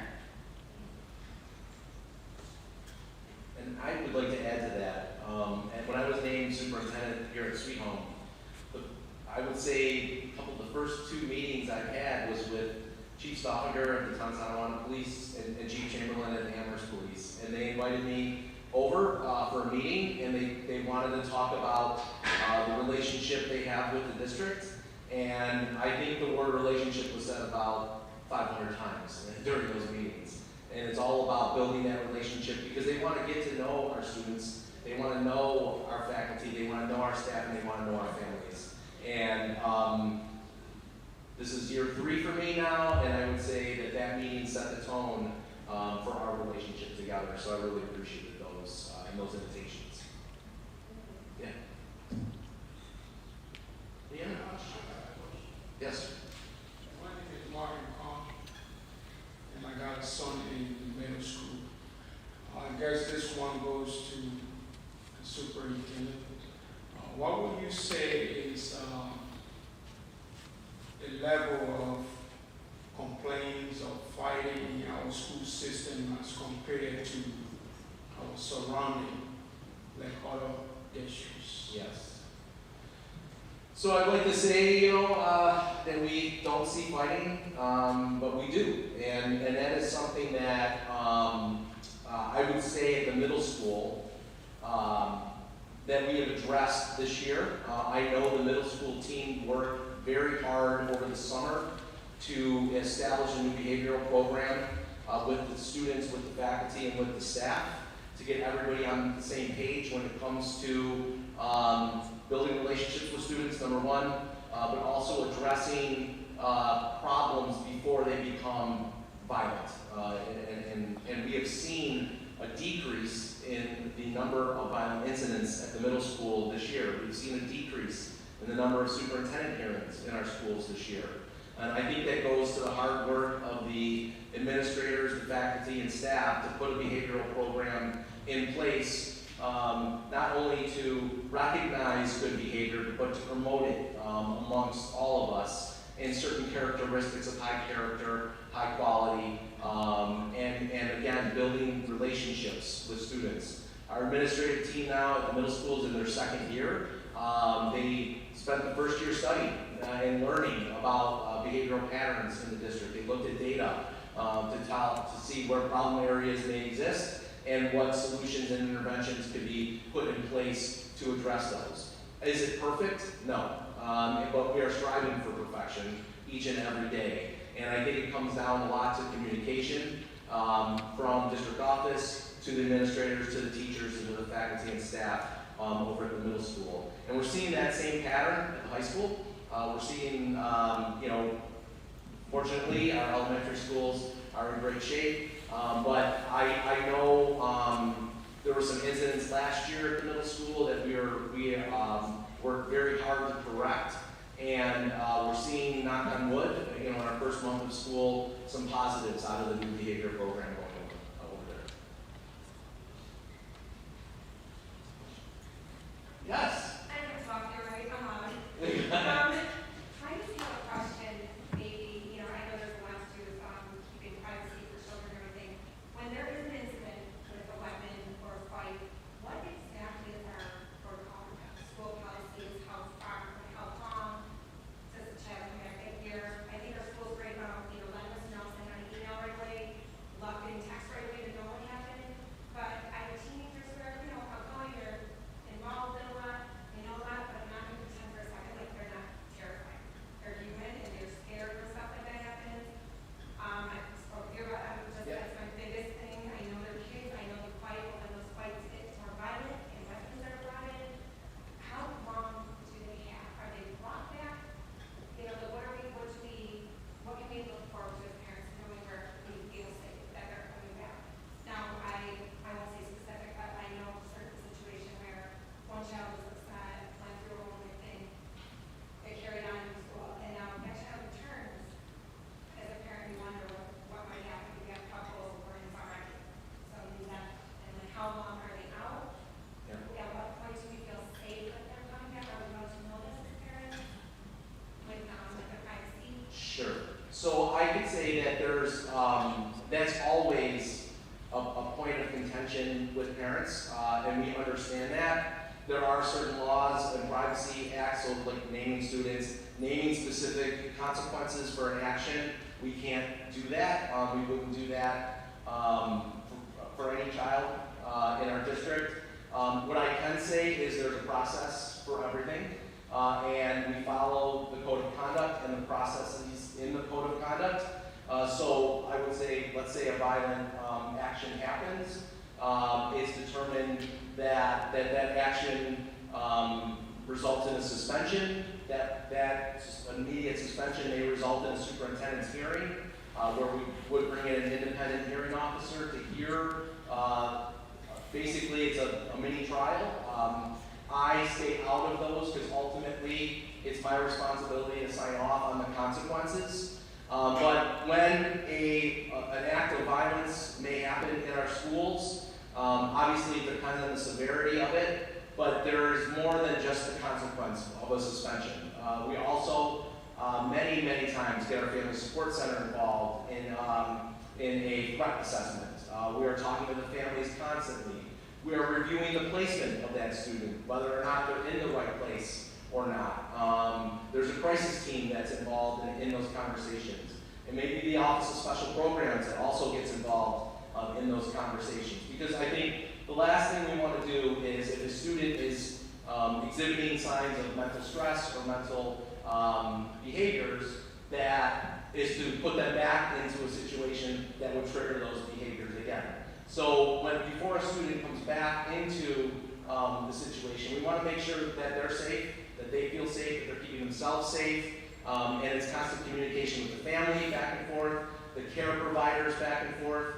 So there's a lot that goes into it behind the scenes that most parents do not see. And but I can assure you that there's steps in the process. There is a process. And the last thing we want to do is put somebody who's in stress back into a situation that can make them more stressful. We'll never get into specifics with parents or the general community because we want to protect the privacy rights of children, but at the same time, I guarantee you there's many things going on behind, and there's a whole team behind those serious situations. It's like talking to the parents and stuff, and I'd rather Yeah. ask to know myself. That's why we're here tonight. Thank you. So, no, great question, great question. Hello. So first I wanted to say thank you so much for doing this. This is a lot of really amazing information for all of us as parents, for our administrators. Thank you so much for putting this together. Thank you to our teachers who are currently working without a contract for coming to school every day, taking care of our babies and protecting them with their own lives. I have a small, tiny, fragile, autistic son at Maple Mirror in a Grade 1 classroom who will be moving up to the middle school next year. I also have a 10th grader here at the high school. So I know my high school child has informed me that Mr. Baker, absolutely this drives him crazy, but the students do pull out their cell phone and they record a fight or an altercation when it occurs. And they trade these videos like it's Halloween candy, right? Whether we want them to or not, whether it's our own kid that's doing it or not, they will randomly airdrop these videos to each other so that everyone sees. And so as a parent, when you're looking at this media, because I listen to all of you, I check my kid's cell phone, I'm absolutely tyrannical about getting into all of his social media and his text messages and his emails, and I do all the things that you suggested. So when I'm looking at these things, these videos that have been airdropped to him or sent to him through other students, I can't help but notice that there's not a lot of adult presence when some of these things are taking place. Sometimes no adult shows up and the kids just go their separate ways in the hallways. Sometimes it takes a whole minute or 2 minutes or 3 minutes for an adult to arrive on the scene to protect these kids from each other. So I think my question is, is there a finite number of security guards? Do we have security guards? Is there adult presence of that kind? Officer G, you can't be in 7 places at once all day long every single day. So I think I'm just looking for a more definitive answer to how protected are these kids during the school day. Yep. I don't want to talk to Mr. Baker. I don't know if you want to make a comment or not. I have some comments, but I definitely would turn the floor over to you first. We are actually very protected. I know some information that comes out because I'm on some of it that is, and I stated up front that it was misinformation based upon what's been going out to parents, and I'm not sure where they're getting the information from. As relates to our security, yes, we have 3 security guards that are there that conceal carry. There are 3 security guards that keep our schools safe that's in there. When it comes down to a lunch situation, we have what's called lunch guards. And there's lunch guards that's inside the cafeteria. There's about 2 or 3 of them when they're all there.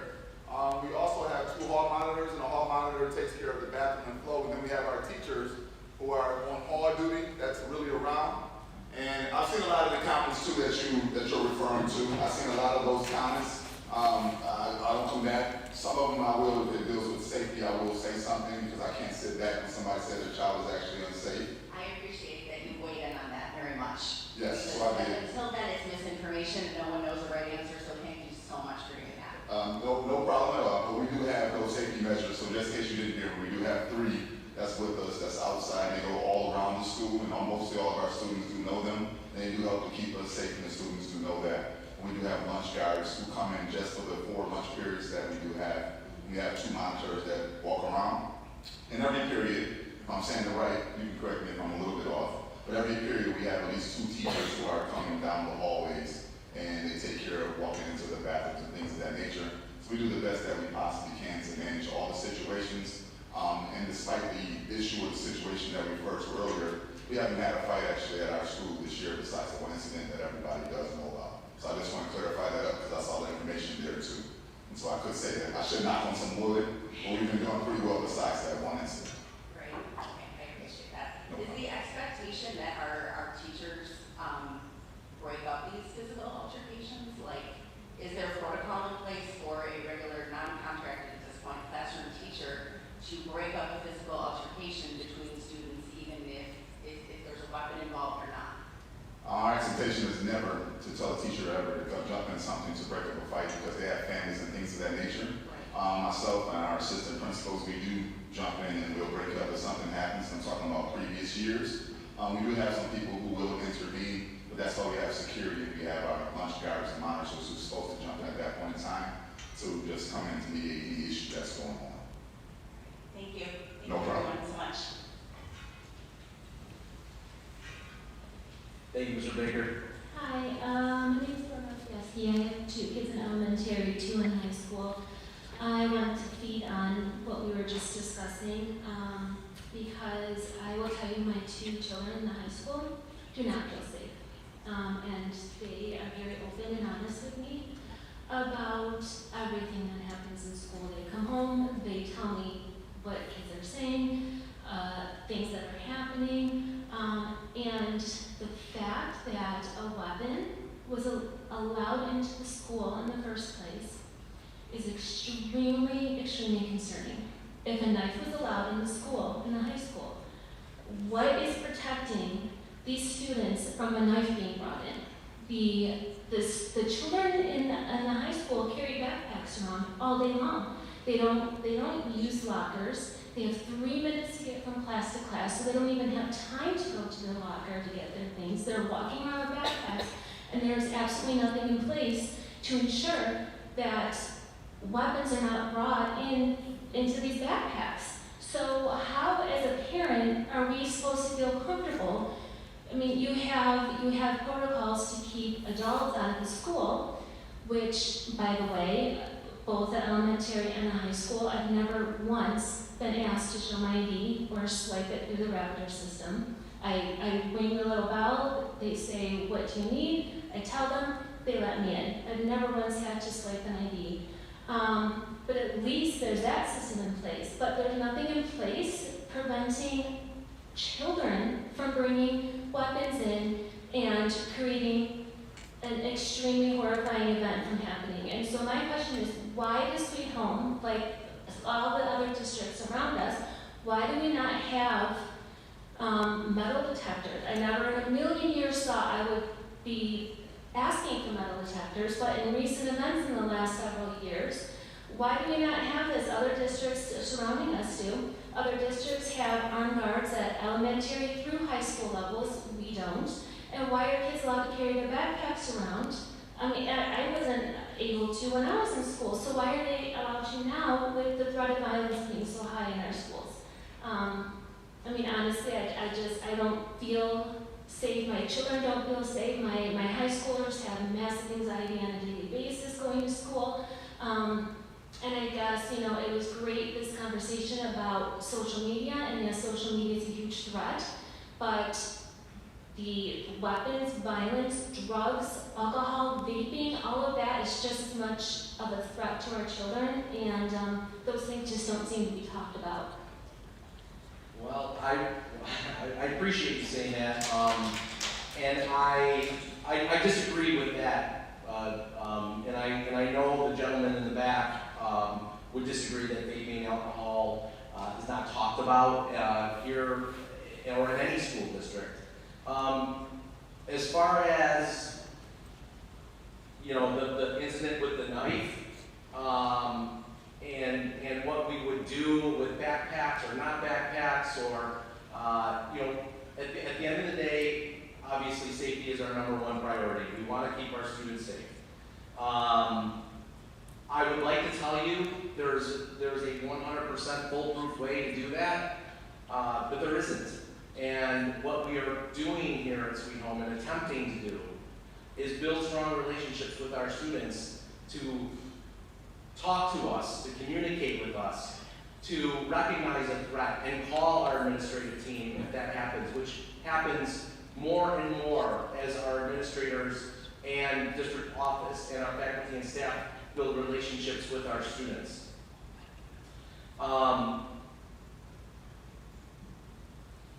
I would like to say again that there is a system out there. If there was, every school in the country would employ it.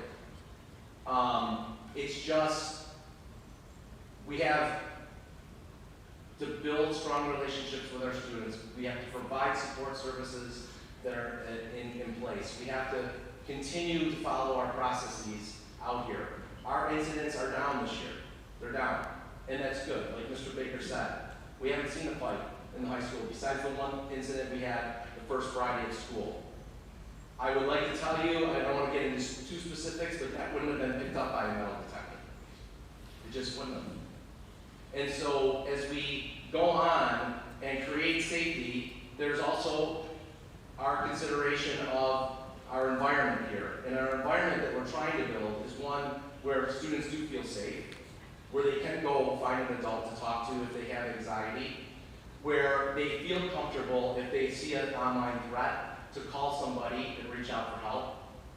I commend our community when they do that. We've seen incidents this year where parents have called us, or kids have sent screenshots of things to our administrators, and then we get up, whether it doesn't matter what time, day or night, to address those things. We have things in place like Gabble to recognize threats that come in to the building. We use law enforcement on a daily basis to help us determine a threat, recognize a threat, what's the chatter out there for those things. And then in that incident, while unfortunate that Friday, security was right there and no one got hurt. I'm not trying to make the situation any better, but our response to that was, like Mr. Baker said, we have security throughout the building when those types of things happen. So while I would love to say there's a 100% foolproof way, there isn't. And that's why we're all here today, to make sure that we have the pieces in place to continue to build strong relationships with our students, to make them feel comfortable to talk to us, to make sure that they are talking to somebody in this building about their safety and well-being. And if your children do not feel safe, I would encourage them to seek out our Family Support Center, to seek out our student support services, to seek out our administrators, because we've all been trained on helping students feel better and more safe in school, whether it's a counseling situation or whether it's a specific example. Seek an adult and talk to that adult in the building, and I guarantee they'll get a great response. Can I jump in on that? Yes. Sorry. So again, I'm the NACMAC ambassador, so I don't know too much about it, but the National Threat Assessment Center is a Secret Service resource where they actually do research school violence or mass violence. And obviously schools is one area that's happened, obviously in the last 20, 25 years. I think the superintendent stated it perfectly where it's behavior-based talking to each other, typically before acts of violence that your students may be afraid of. There are indicators and warnings. So again, I implore you guys to be a trusted adult where if your son or daughter come to you and say, hey, I saw something that was off, or a student was talking about this, or they posted a Snap story where they mentioned an act of violence, just know that those type of things, when it does make its way to law enforcement, do make a change. Because again, I was not aware of any incident. I don't go to school here. Just know that there's probably, again, without knowing anything about this situation, indicators before something of that magnitude were to occur. So just I implore you guys to, of course, just be cognizant of your own children, as well as just keep your ears open, your eyes open if you see something. Again, that there's typically indicators. The Secret Service, we do threat analysis with all of our protectees and with students as well as part of the NTAC. But if you have any more questions, I would go to the internet, the NTAC National Threat Assessment Center, and you can read a lot about different statistics about the kind of situation that you spoke about. You were standing, so you can keep, why you have to stand. Yeah, go ahead. I was just going to ask, probably for you, I think most of our students here are good Yeah. in the district. Yep. And I think they want to be safe, and I think they want a good sense of community or Yes. belonging or whatever. But I also know that I try to talk to my ninth grader as much as possible, try to tell him to be a good human. He gets aggravated with me, he gets annoyed with me. He's like, yes, Mom, I know. But I say, if you want to know what's going on in your school, I think the kids at the school know best. Like Dr. Mom was saying, how people are videotaping and recording. They're the eyes and ears of the school, really. Same with the staff. But is there any, we want to make our kids feel comfortable to go talk to the administration if they see something or they know Right. something going on, but is there some tool that they can use anonymously where they could come and get their, whether it be bullying or that weapon that was brought to school, or somebody has to know something that's going on that they don't believe is right. But my son always is saying, I'm not gonna be a nerd, I don't want to be a nerd. Like, that's a negative thing, because then everybody in the school now knows your child just maybe doing somebody who, Sure. I would say that all of our emails are published, and if your child would like to send an email or that would stay confidential, they might get interviewed and pulled in, but they wouldn't be, because we have to address the threat. But any communication that a child has with an administrator, whether it be electronic or in person, remains confidential, and it's in our school policy that they're protected against any type of retaliation. And if there is retaliation in any way, shape, or form, that also would result in us going through the discipline process. So yes, there's ways to remain anonymous, and I have full guarantee that if a student came to an administrator, whether it be via email, and they said, I don't want to get involved, but here's this, that they would respect that wish. that makes sense to me. I just don't know if it makes sense to all the students. Like, Yep. if there's an email address, they know it's supposed to go back to them. I think it would be like a good alternative, Yeah. a good means to have something anonymous somehow, or at least keep let the kids a way for them to communicate Yeah. something. Yes. In a, I know it was addressed. I was with Mr. Baker, Mr. Bailey, and Mr. Morton when they did their your forums, your town halls, and I know that issue was addressed with the students. I don't know, Mr. Baker, if you have any other comments on that, but there's always ways to get in touch. Yeah, most of our kids, that's the reason why I find most of the issues that we do find out is because our kids do come talk to me. You can ask your kids, they can tell you directly that I'm in the hallway. All my administrators are in the hallway, especially during transition times. We see every single one of them every single time. They're always fist bumping on a high five, and I ask every kid that comes by me how they're doing. The kids are open to really come talk to us. There may be a couple that's out there that's not going to talk to us, but usually there's always where kids are coming to us on a regular daily basis, letting us know things that is going on, because we do have a lot of relationships. I don't know all the relationships they have, but the majority of the kids come and tell me thousands of things on a regular daily basis in my administrators, and so we are there. Most of them do feel comfortable. I can't say everybody because I can't speak for everybody, but that's how we find out most of the things that goes on within the community, first of all, then it comes into the school. So a lot of our issues are actually stuff that happens, as they said before, on the internet. And I do call parents on the phone, hopefully that, and I'll be here when I'm saying it this way. But I do call parents on the phone and say, now that I'm dealing with an issue, could you please call me first so that I hear from you, and then we can now address the issue before it comes to our school. And so we are working tirelessly on that, and that's why the Bridging Connection is where they're telling you about the safety issues of what goes on with your children. Please now take the next step, call us, inform us of what's going on, what you heard on Snapchat from your kid, and those type of messages, because last year, I can speak from last year. Usually when something happens, when we called the parent, they knew about it 2 or 3 weeks ago because they heard something on Snapchat or on Instagram, and we had no idea, and I'm telling that parent now, in a nice, polite way, please inform us, because now we're dealing with an issue or a fight because we couldn't deal with it and we didn't know what was going on. So the more we work together, because kids are doing their job telling us a lot of times, but the more we work together as a community, I think the better we'll all be and the safer our schools will become. We just have to help one another out because we allow last-minute information after it's old wrongs.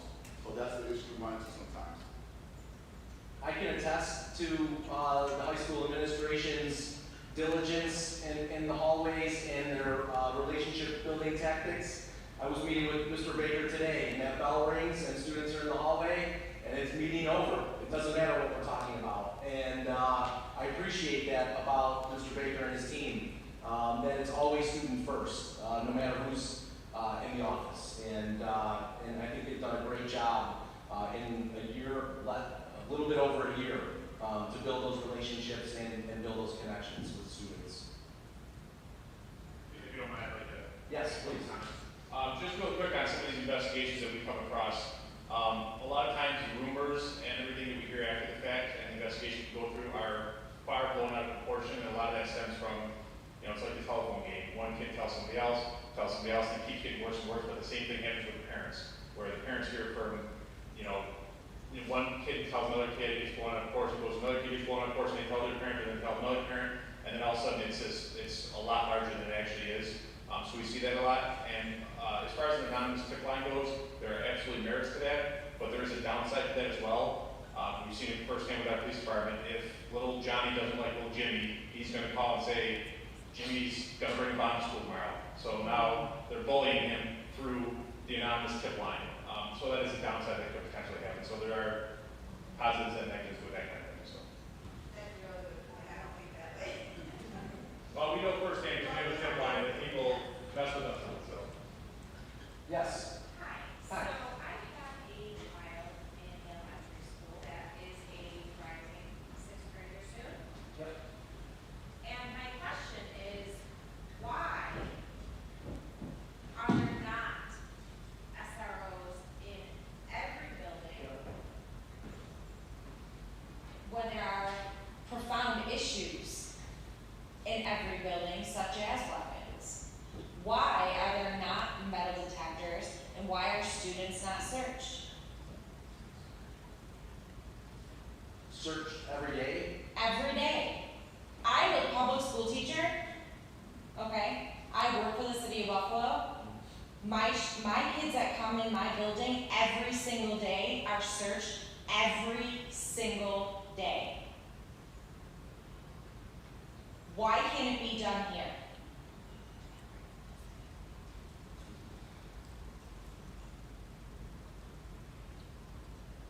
Why can't it be done here?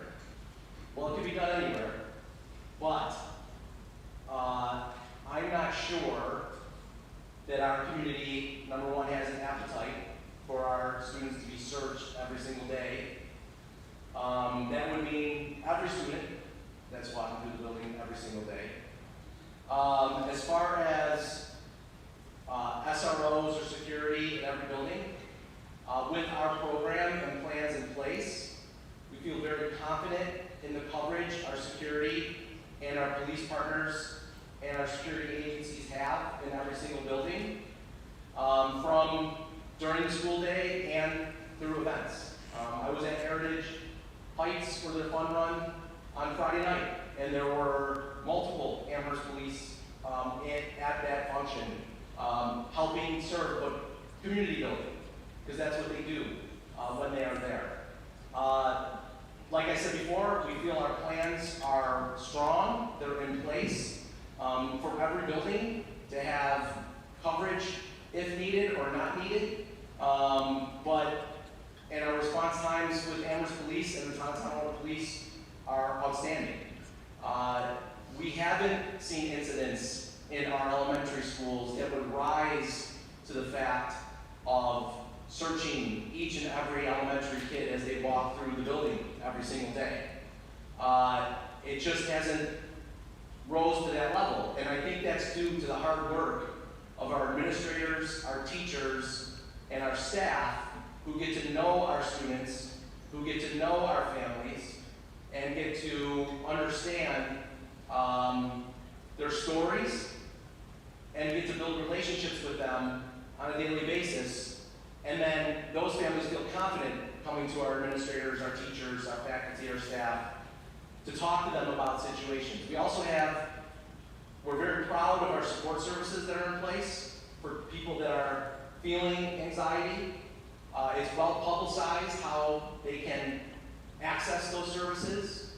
It's also a credit to our teachers and our staff that if they see something, they act immediately.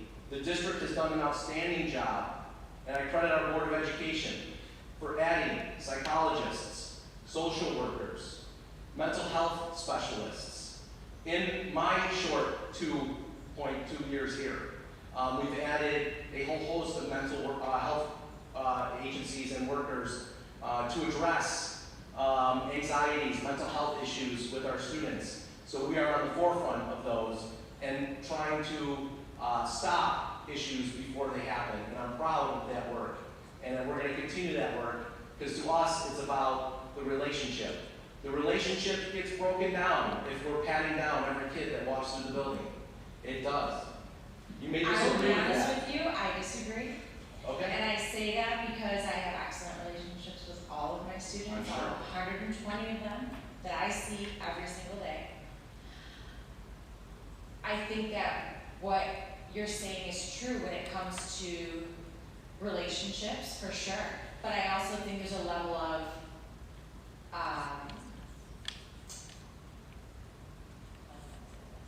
naivety maybe on the side of saying that it's not going to happen, we haven't seen it yet. I never said it wasn't going to happen. I never You said said that. that we haven't seen it yet. We haven't seen it rise to that level. Right, But- so why wait? I believe we don't wait. We take proactive measures to make sure that those things do our best. A pat down might not work. A metal detector may not work.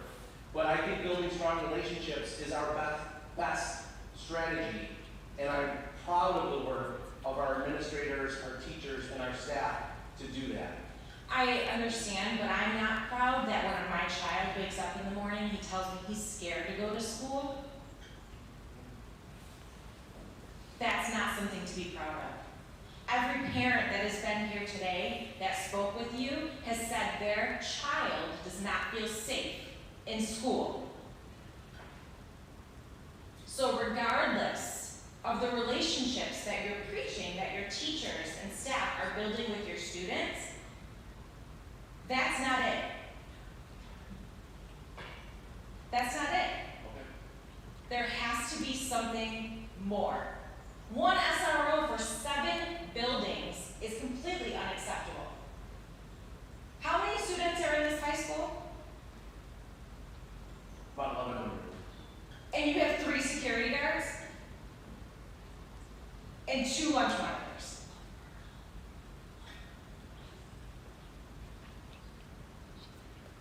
I mean, am I speaking out of turn here? That is not proportionately safe. Additionally, additionally, my question to you is, what was your suspension rate last year for violent offenses? I'm not sure of the question. That's a question. Should we suspend students for violent No, offenses? my question is, what was your percentage of students that were suspended for violent offenses? If they committed a violent offense, You know your percentage. So, if they committed a violent offense and it rose to the level in the code of conduct, it was 100%. okay, so 100% of your suspensions last year were due to behavioral concerns involving violence in your buildings, correct? I'm not sure your question. You just said that 100%. I will say this, that we evaluate every incident that happens. Of course. And we follow the code of conduct.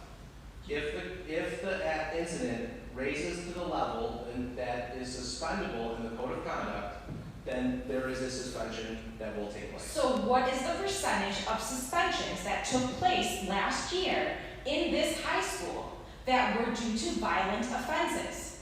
Not drugs, not vaping, not anything of these sorts. What was the percentage that was violent? I know that you know this information. Yeah. And I know that you're not saying this information because you know what I'm getting at. You know that it's inadequate. And not only is it inadequate at the high school, it's inadequate at the middle school as well. I want to be able to tell my child every day, hey, keep your eyes and ears open. Whatever you see, say something to a trusted adult. That should be good enough. It's not. And frankly, I'm saddened by it. I'm saddened that I came here today and heard every parent that talked on that microphone tell you that your schools are not safe. And the first thing you come back to is, we build relationships. That's all I got. Okay, thank you.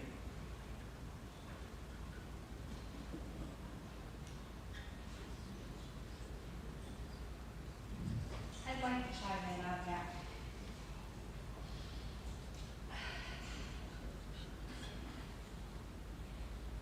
I believe what the superintendent is saying, that yes, there are children out there that have anxiety and depression, and they feel like they cannot talk to somebody, and they feel like they're breaking down. And when they break down, sometimes it leads to violence, or bringing a knife to school. What the superintendent is saying and what the panel is saying is that there are resources for these children who are breaking down, who are depressed and anxiety. And he says one of the resources that are available to these children is to speak to somebody who now they have mental programs in the school that can assist these children. These programs are not only for children who feel afraid to go to school, but they are resources for children who are feeling that they need to release in another way, like violence. By putting a metal detector in the school or patting a child down, there are children that feel that that is a preventative measure to keep them from going to school, because now they feel like their school is violent. I disagree. I'm sorry. What you did? Yes, you do disagree. I'm not saying I'm disagreeing with you. I'm not getting into an argument with you tonight. I'm really not. I had a child who went to school with a metal detector. And he didn't want to go to that school because there was violence in that school. Knowing that there's not a metal detector in this school, he feels more free. He doesn't feel like he's locked up, that he's going into a jailhouse, that it's a lockdown or a pat down. And I agree with the superintendent that The resources are not only for children who feel afraid to come to school, but also for children who feel like they have to resort to violence to get their message across.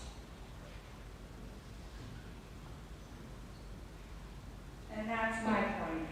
Thank you.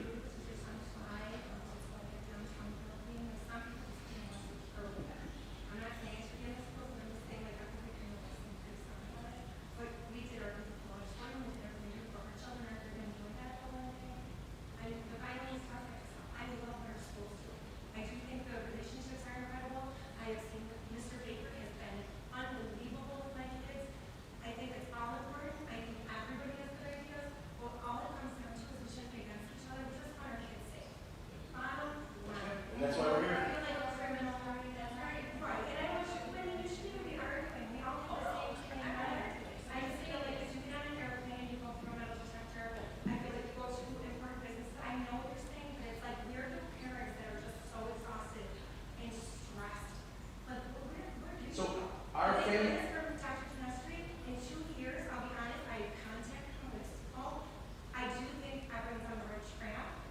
And if I'm allowed to say this, and I thank all the police officers, I've been through so much drama, I wouldn't even have thought I would have gone through it as a mom. But I mean, I love our district, I love the kids. How much of that is coming from you? And how much of that is coming from kids? How much of that scared feeling is coming from the adult? And how much of that scared feeling is coming from that child? My children. So I just wanna chime in, and I wanna say that that our services don't, obviously we're here to serve kids. And I would hope that people in this district would know that I would take your phone call, that I would talk you through anything that you would wanna talk through, that we're here to not only make your a sense of safety for your child, but a sense of safety for your family. And if there's help that we can provide to parents, to grandparents, to siblings, to friends, one of our great resources is our Family Support Center. And they are here to help. They are here tonight.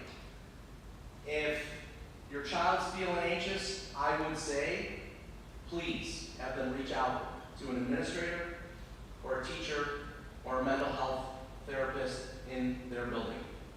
If your family is feeling anxious about school safety, as we all should, we all have to be alert. These are the times we live in. Then I would say contact our Family Support Center and see what resources that are available. Contact Ann. She's a fantastic, she is the leading person in New York State when it comes to family support centers. There's nobody better. There's nobody that provides more help and care than our Family Support Center does. And I would say as a family, please reach out. We are here to help. We are here tonight because we wanted to talk to you about some of those resources available. We wanted to show you that we are in line with our community partners, that we are communicating constantly, and that safety is our #1 priority here at Sweet Home. This is why we wanted to do this tonight. We wanted to engage in this conversation. I wish this auditorium was full. It should be full. We advertised this event constantly over the past month. But we are here to say that we are all in this together. And that if you have something that you want to talk about, we are here to help. We want your children to feel safe. We want you to feel safe. And we have people here that are all on the same page with that. Our administrative cabinet is absolutely, that's a focus. We talk about it constantly. We are on the same page. We will not turn you away. We're here to help. We want you to have a great school experience. We want our kids are priority #1. We'll always be. But we want our parents to have that great experience as well. So I want to thank our panelists tonight for their time, their efforts especially, and their constant communication with the district in order to assess threats, handle them, but to keep us all safe. Thank you. I don't know if anybody wanted to say any final words tonight, but if you would like to. Okay, go right ahead. And you can talk to me after so everyone else can go on about their business. So I just want to say that I can't take away the frustrations. I can't talk to you about the specific safety measures at Sweet Home. I'm not placed in the school. But I think that one of the biggest things that we have found is that schools that have more mental health involvement in their curriculums, as well as the access to support in the school, have done a lot better and have seen a lot less violence. And we've talked about collaboration with the school district, with kind of police departments and everything, and all of that is really important. But if you're really thinking about something that you can do moving forward from here, and so you might not ever ask me back after this, but promote more mental health care and support and resources for the students during the school day, after the school day, collaboration with the staff members, with the teachers, with the security, with kind of whomever is kind of in the day-to-day lives here. Because like I said, that is how we've seen reduced chaos and more people coming to get the support and say the things that need to be said and to ultimately feel safer coming in. We can't make everywhere and every place safe, and unfortunately that's just the reality. But we can do our part, and that's what you all can do as parents and as educators, is advocate for more resources to be dedicated to that in your school district. That is Actually, not only are we going to invite you back, we might get you an office. So. Well, good. I like one in the window, and also free snacks. We'll see what we can do. Great.